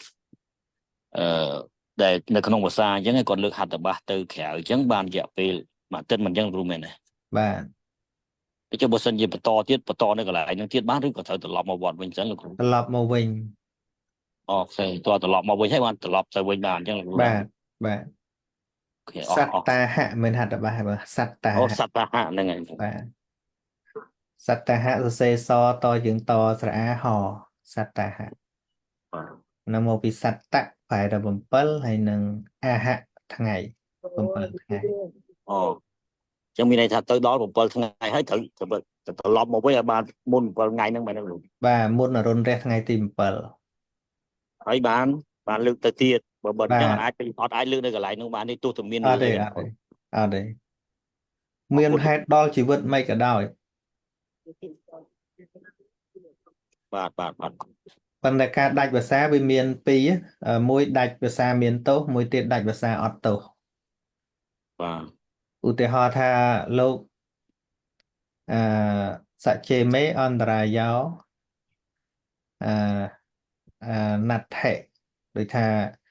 បើសេចក្តីអន្តរាយមិនកើតដល់អាត្មាអញនឹងត្រឡប់មកនៅថ្ងៃទី7 អូ បាទ ប៉ុន្តែដល់ពេលលោកត្រឡប់មកឧទាហរណ៍ថាត្រូវដំណើរតាមយន្តហោះស្រាប់តែគេ delay ឬក៏គេលុបជើងយន្តហោះដោយសារព្យុះអីចឹងទៅស្អែកបានមកដល់ហួសមួយថ្ងៃបាត់ហ្នឹងហើយអញ្ចឹងដាច់ភាសាតែអត់ត្រូវទៅហើយអាហ្នឹងណា បា ដោយ ទ សារលោកមានបំណងនឹងមកពិតប្រាកដប៉ុន្តែវា បាទ មាន មាន អន្តរាយអញ្ចឹង ចាក់ ភាសាហ្នឹងដាច់ប៉ុន្តែលោកមិនត្រូវទោសទេគ្រាន់តែលោកមិនមានសិទ្ធិក្នុងការទទួលកឋិន អូបាទតើតោ បា ងនឹង ទ ចេតនាដែរហ្នឹងលោកគ្រូអញ្ចឹង បាទ តើតោងចេ ហើយ ត បើ នា សិនជាលោកទៅអត់មានអន្តរាយអីផងលោកខ្ជិលត្រឡប់មកវិញអាហ្នឹងត្រូវដាច់ភាសាឲ្យត្រូវទោសទៀតត្រូវបាត់ទៀត បាទអញ្ចឹងមានន័យថាដាច់ភាសាហើយតើបាត់ហ្នឹងតើតោងនឹងចេតនាខ្លួនលោកបើលោក បា មាន ទ ចេតនាតាមមកហើយប៉ុន្តែដោយឧបទ្ទហេតុណាមួយដែលកើតឡើងដោយជាឧបទ្ទហេតុមិនយើងមិនដឹងមុនអាហ្នឹងអត់ត្រូវទោសទេតែដាច់ភាសា បាទ បាទបាទ ប៉ុន្តែ លោកគ្រូ មួយទៀតខ្ញុំចង់ឲ្យបរិស័ទយើងចេះដែរហើយកណ្ណាគ្រប់ព្រះអង្គខ្លះលោកអត់ដឹងរឿងហ្នឹងឧទាហរណ៍ថានៅសល់5ថ្ងៃទៀត6ថ្ងៃទៀតចេញភាសាលោកអាចលើកសត្វតហៈទៅដោយការខ្ញុំនៅលោកខ្ញុំទៅមុនចេញភាសាដែរហ្នឹងហើយដល់ពេលវាមិនតាន់ដល់គ្រប់7ថ្ងៃផងក៏វាដល់ថ្ងៃចេញភាសានៅនឹងបដ ாய் ទៅ អូ ហ្នឹងហើយមិនបាច់មកត្រឡប់ចេញភាសានៅកន្លែងនេះវិញក៏បានដែរ ចឹងមានន័យថាបើសិនជាយើងទៅមុនចេញភាសា5 6ថ្ងៃហើយនៅកន្លែងហ្នឹងយើងដកចេញភាសាហ្នឹងហ្មងប៉ុន្តែបើលើកពីហ្នឹងអត់បានទេលោកគ្រូ បាទបើសិនជាទៅមុន8ថ្ងៃនៃការចេញភាសាត្រូវត្រឡប់មកក្នុងថ្ងៃទី7មកដល់កន្លែងយើងវិញសិន បាទលោកគ្រូបាទលោកគ្រូខ្ញុំសូមអរគុណច្រើនលោកគ្រូអរគុណលោកគ្រូច្រើន សាធុ ហ្នឹងហើយមានអន្តរាយផ្សេងលោកឧទាហរណ៍ចាំភាសាទៅសើត្រូវទឹកជួនទឹកអីលោករត់ចេញវិវត្តមិនអាចត្រឡប់ទៅវិញបានហ្នឹងក៏ដាច់ភាសាអត់ទៅដែរ តើតោងនៅបត្តហេតុអាហ្នឹងបញ្ហាកើតឡើង បាទអន្តរាយ លោកគ្រូសូមអត់ទោសទៀតខ្ញុំសូមជំរាបសួរទៅលោកក្មួយបន្តិចលោកអូថា បាទអ៊ំជំរាបសួរអ៊ំ ចាលោកក្មួយជំរាបសួរលោកគ្រូពីរឿងដាច់សត្វតាហៈហ្នឹងលោកក្មួយចង់អញ្ជើញទៅបួសហ៎ ទៀតហើយ អត់សួរ ខ្ញុំសូមអនុមោទនាលោកក្មួយ ខ្ញុំអនុមោទនាដែរ អូក្មួយជំទាវនៅចិត្តនេះដែរអូ អត់ទេអ៊ំខ្ញុំសួរកាលោមានអ្នកសួរខ្ញុំអីទៅខ្ញុំសនុកខ្ញុំចាំទុកអីចឹងណាអ៊ំហើយណាមួយក៏មានអ្នកធ្លាប់សួរដែរអញ្ចឹងខ្ញុំគ្រាន់តែឆ្លើយតាមដឹងមកខ្លះហ្នឹងថា7ថ្ងៃអញ្ចឹងហើយក៏សួរថាបើទៅដល់កន្លែងហ្នឹងហើយបើលោកមានធុរៈត្រូវបន្តទៀតត្រូវបន្តនៅនឹងបានអត់ខ្ញុំថាអត់ដឹងដែរនឹងត្រូវត្រឡប់មកវត្តសិនហើយតែអញ្ចឹងមកខ្ញុំសួរឲ្យច្បាស់អញ្ចឹងអ៊ំ ចាសាធុ បាទប៉ុន្តែឲ្យខ្ញុំបួសខ្ញុំហួសពេលហើយបើលោកគ្រូសឹកឲ្យខ្ញុំទៅបួសវិញនឹងចប់បាត់ហើយ ក្មួយតោបួសនេះអ៊ំអនុមោទនាដែរក្មួយ យ៉ាងណាក៏ខ្ញុំអត់ឲ្យលោកគ្រូខ្ញុំថ្វាយគុំខ្ញុំដែរខ្ញុំនិយាយត្រង់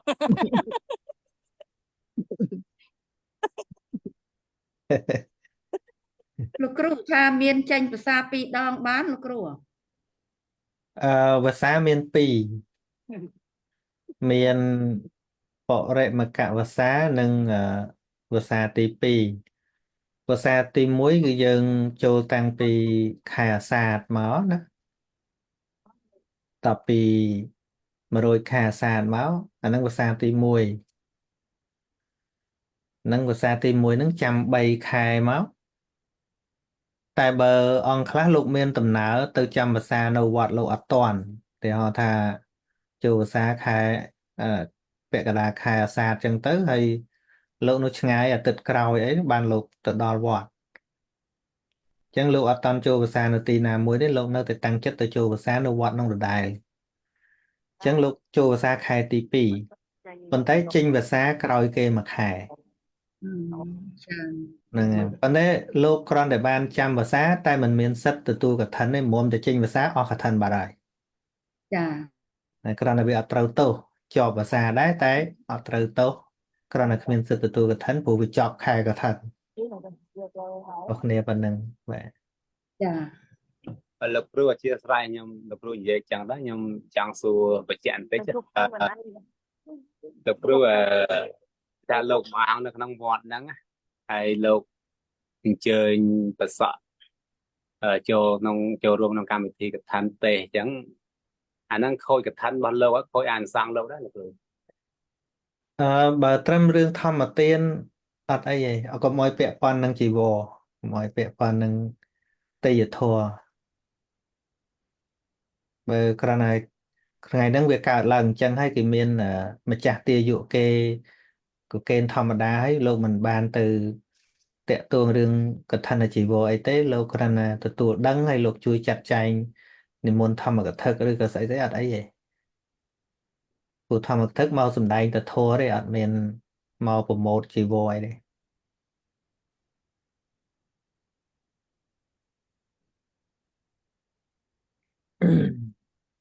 បាទ សូមអធិស្ឋានលោកគ្រូ បាទសូម បង អធិ ចេញ ស្ឋានបងតោខ្ញុំសូមនិយាយតិចបងតោលោកគ្រូ បាទជើងបង ព្រះសង្ឃចាំបាច់ត្រូវតែចាំភាសាលោកគ្រូអត់ចូលភាសាត្រូវមានទោសហ្មងលោកគ្រូ បាទអត់ចាំភាសាសាមណេរត្រូវតនកម្មខកត្រូវបាត់ទៅគាត់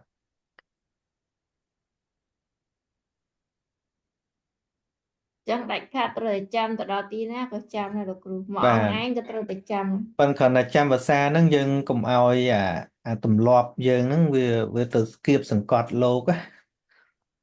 ជួនកាលចាំភាសាវាមិនមែនទាល់តែវត្តទេកន្លែងណាមួយឲ្យតែមានសេនាសនៈឧទាហរណ៍ថាលោក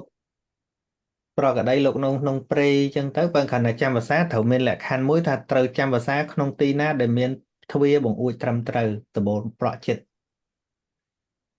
នឹងតែកូនខ្ទមមួយហ្នឹងក៏បានដែរជួនកាលនៅរោងចង្ការគេខាងលោកម្ចាស់បើរតនាមិនបានចាំភាសាក្នុងរោងចង្ការកណាលោកចាំបានការគេណាប៉ុន្តែមានទ្វារមានអីគេបកគល3ខែហ្នឹងទៅលោកនៅនឹងបានហើយទទួលកឋិនបានទៀត ខ្ញុំអត់ហើយ បាទប៉ុន្តែវាលែងចាំកាត់ភាសាកដាលវាលមាននៅក្នុងវសោបណាយិកខណ្ឌកៈហ្នឹងវិខខ្លះលោកចាំភាសាកដាលវាលដល់កដាលវាលភ្លៀងមកលោករត់ អ្នកស្រុកសើចហើយអង្គខ្លះទៀតចាំភាសាក្នុងរូងដើមឈើដើមឈើវាប្រហោងហើយលោកទៅចាំភាសាក្នុងរូងហ្នឹងដល់ពេលលោកចេញមកគេផ្អើលថាបីសាច់ ហើយអង្គខ្លះទៀតចាំភាសាក្នុងពាងអាពាងធំហ្នឹង ចេញមកគេភ្ញាក់ចឹងវាអញ្ញាច្រើនពេកព្រះអង្គគ្រាន់តែសរុបថាចាំភាសាទីណាក៏បានប៉ុន្តែឲ្យមានទ្វារប្រអួចបិទបើកត្រឹមត្រូវចឹងណាព្រោះចាំភាសាកន្លែងខ្លះអត់ទ្វារអត់ប្រអួចសឹងទៅឲ្យលត់ជីវរទៅចេញអញ្ញាពេញហ្នឹង លោកគ្រូឧបមាថាមានញោមប្រុសស្រីនៅជនបទឆ្ងាយអញ្ចឹងមានជំងឺប៉ុន្តែព្រះសង្ឃអង្គហ្នឹងគាត់ចង់ទៅថែរក្សាញោមគាត់ហើយក៏ឪពុកម្ដាយគាត់ប្រគេនកតុបមួយជាសេនាសនៈតើលោកអាចចាំភាសាទៅទីនោះបានទេ បាទបានតាបើគ្រាន់ថាកុំឲ្យវាដំបូលជាប់នឹងមេតុក្រាមអញ្ចឹងលោកសឹងទៅប៉ុណ្ណឹងទៅបានហើយ អូអញ្ចឹងតើផ្ទះដាច់ដែរលោកគ្រូបើកតុប បាទ ក្នុងផ្ទះតែមួយមិនអាចទេ បាទ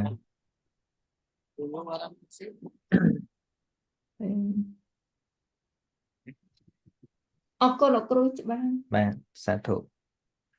លោកគ្រូខ្ញុំសុំបន្តិចមិញមានបងស្រីមួយគាត់ថាគាត់ចង់បានសភៅនឹងសភៅអភិធម្មឬក៏សភៅមេរៀនផ្សេងលោកគ្រូបើសភៅអភិធម្ម ហ្នឹងតែមើល បើសភៅអភិធម្មអាហ្នឹងនៅមានខ្សះខ្លះដែរអញ្ចឹងចាំថ្ងៃណាដែលបានទៅហ្នឹងមិនឲ្យគាត់តាក់ទងទៅចាំមិនទុកឲ្យមកខ្មាល់អីអញ្ចឹងខ្ញុំប្រាប់គាត់តាមហ្នឹងឲ្យដឹងព្រោះនៅវត្តគិតថាអស់ដែរវត្តព្រោះអីអស់ហើយ បាទលោកគ្រូអរគុណលោកគ្រូ បាទចឹងប៉ុណ្ណឹងចុះណាថ្ងៃហ្នឹងចប់ហើយហើយអ្នកគ្រូ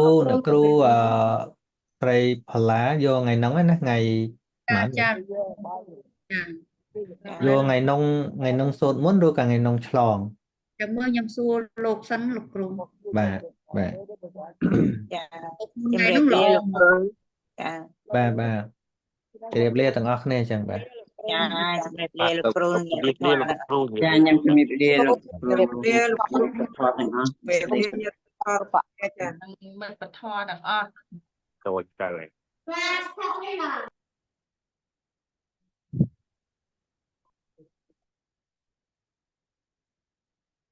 សូមគោរពជំរាបលាបងប្អូនមួយក្មួយ ចាជំរាបសួរថាជំរាបលាលោកអង្គចា សាធុសាធុសាធុ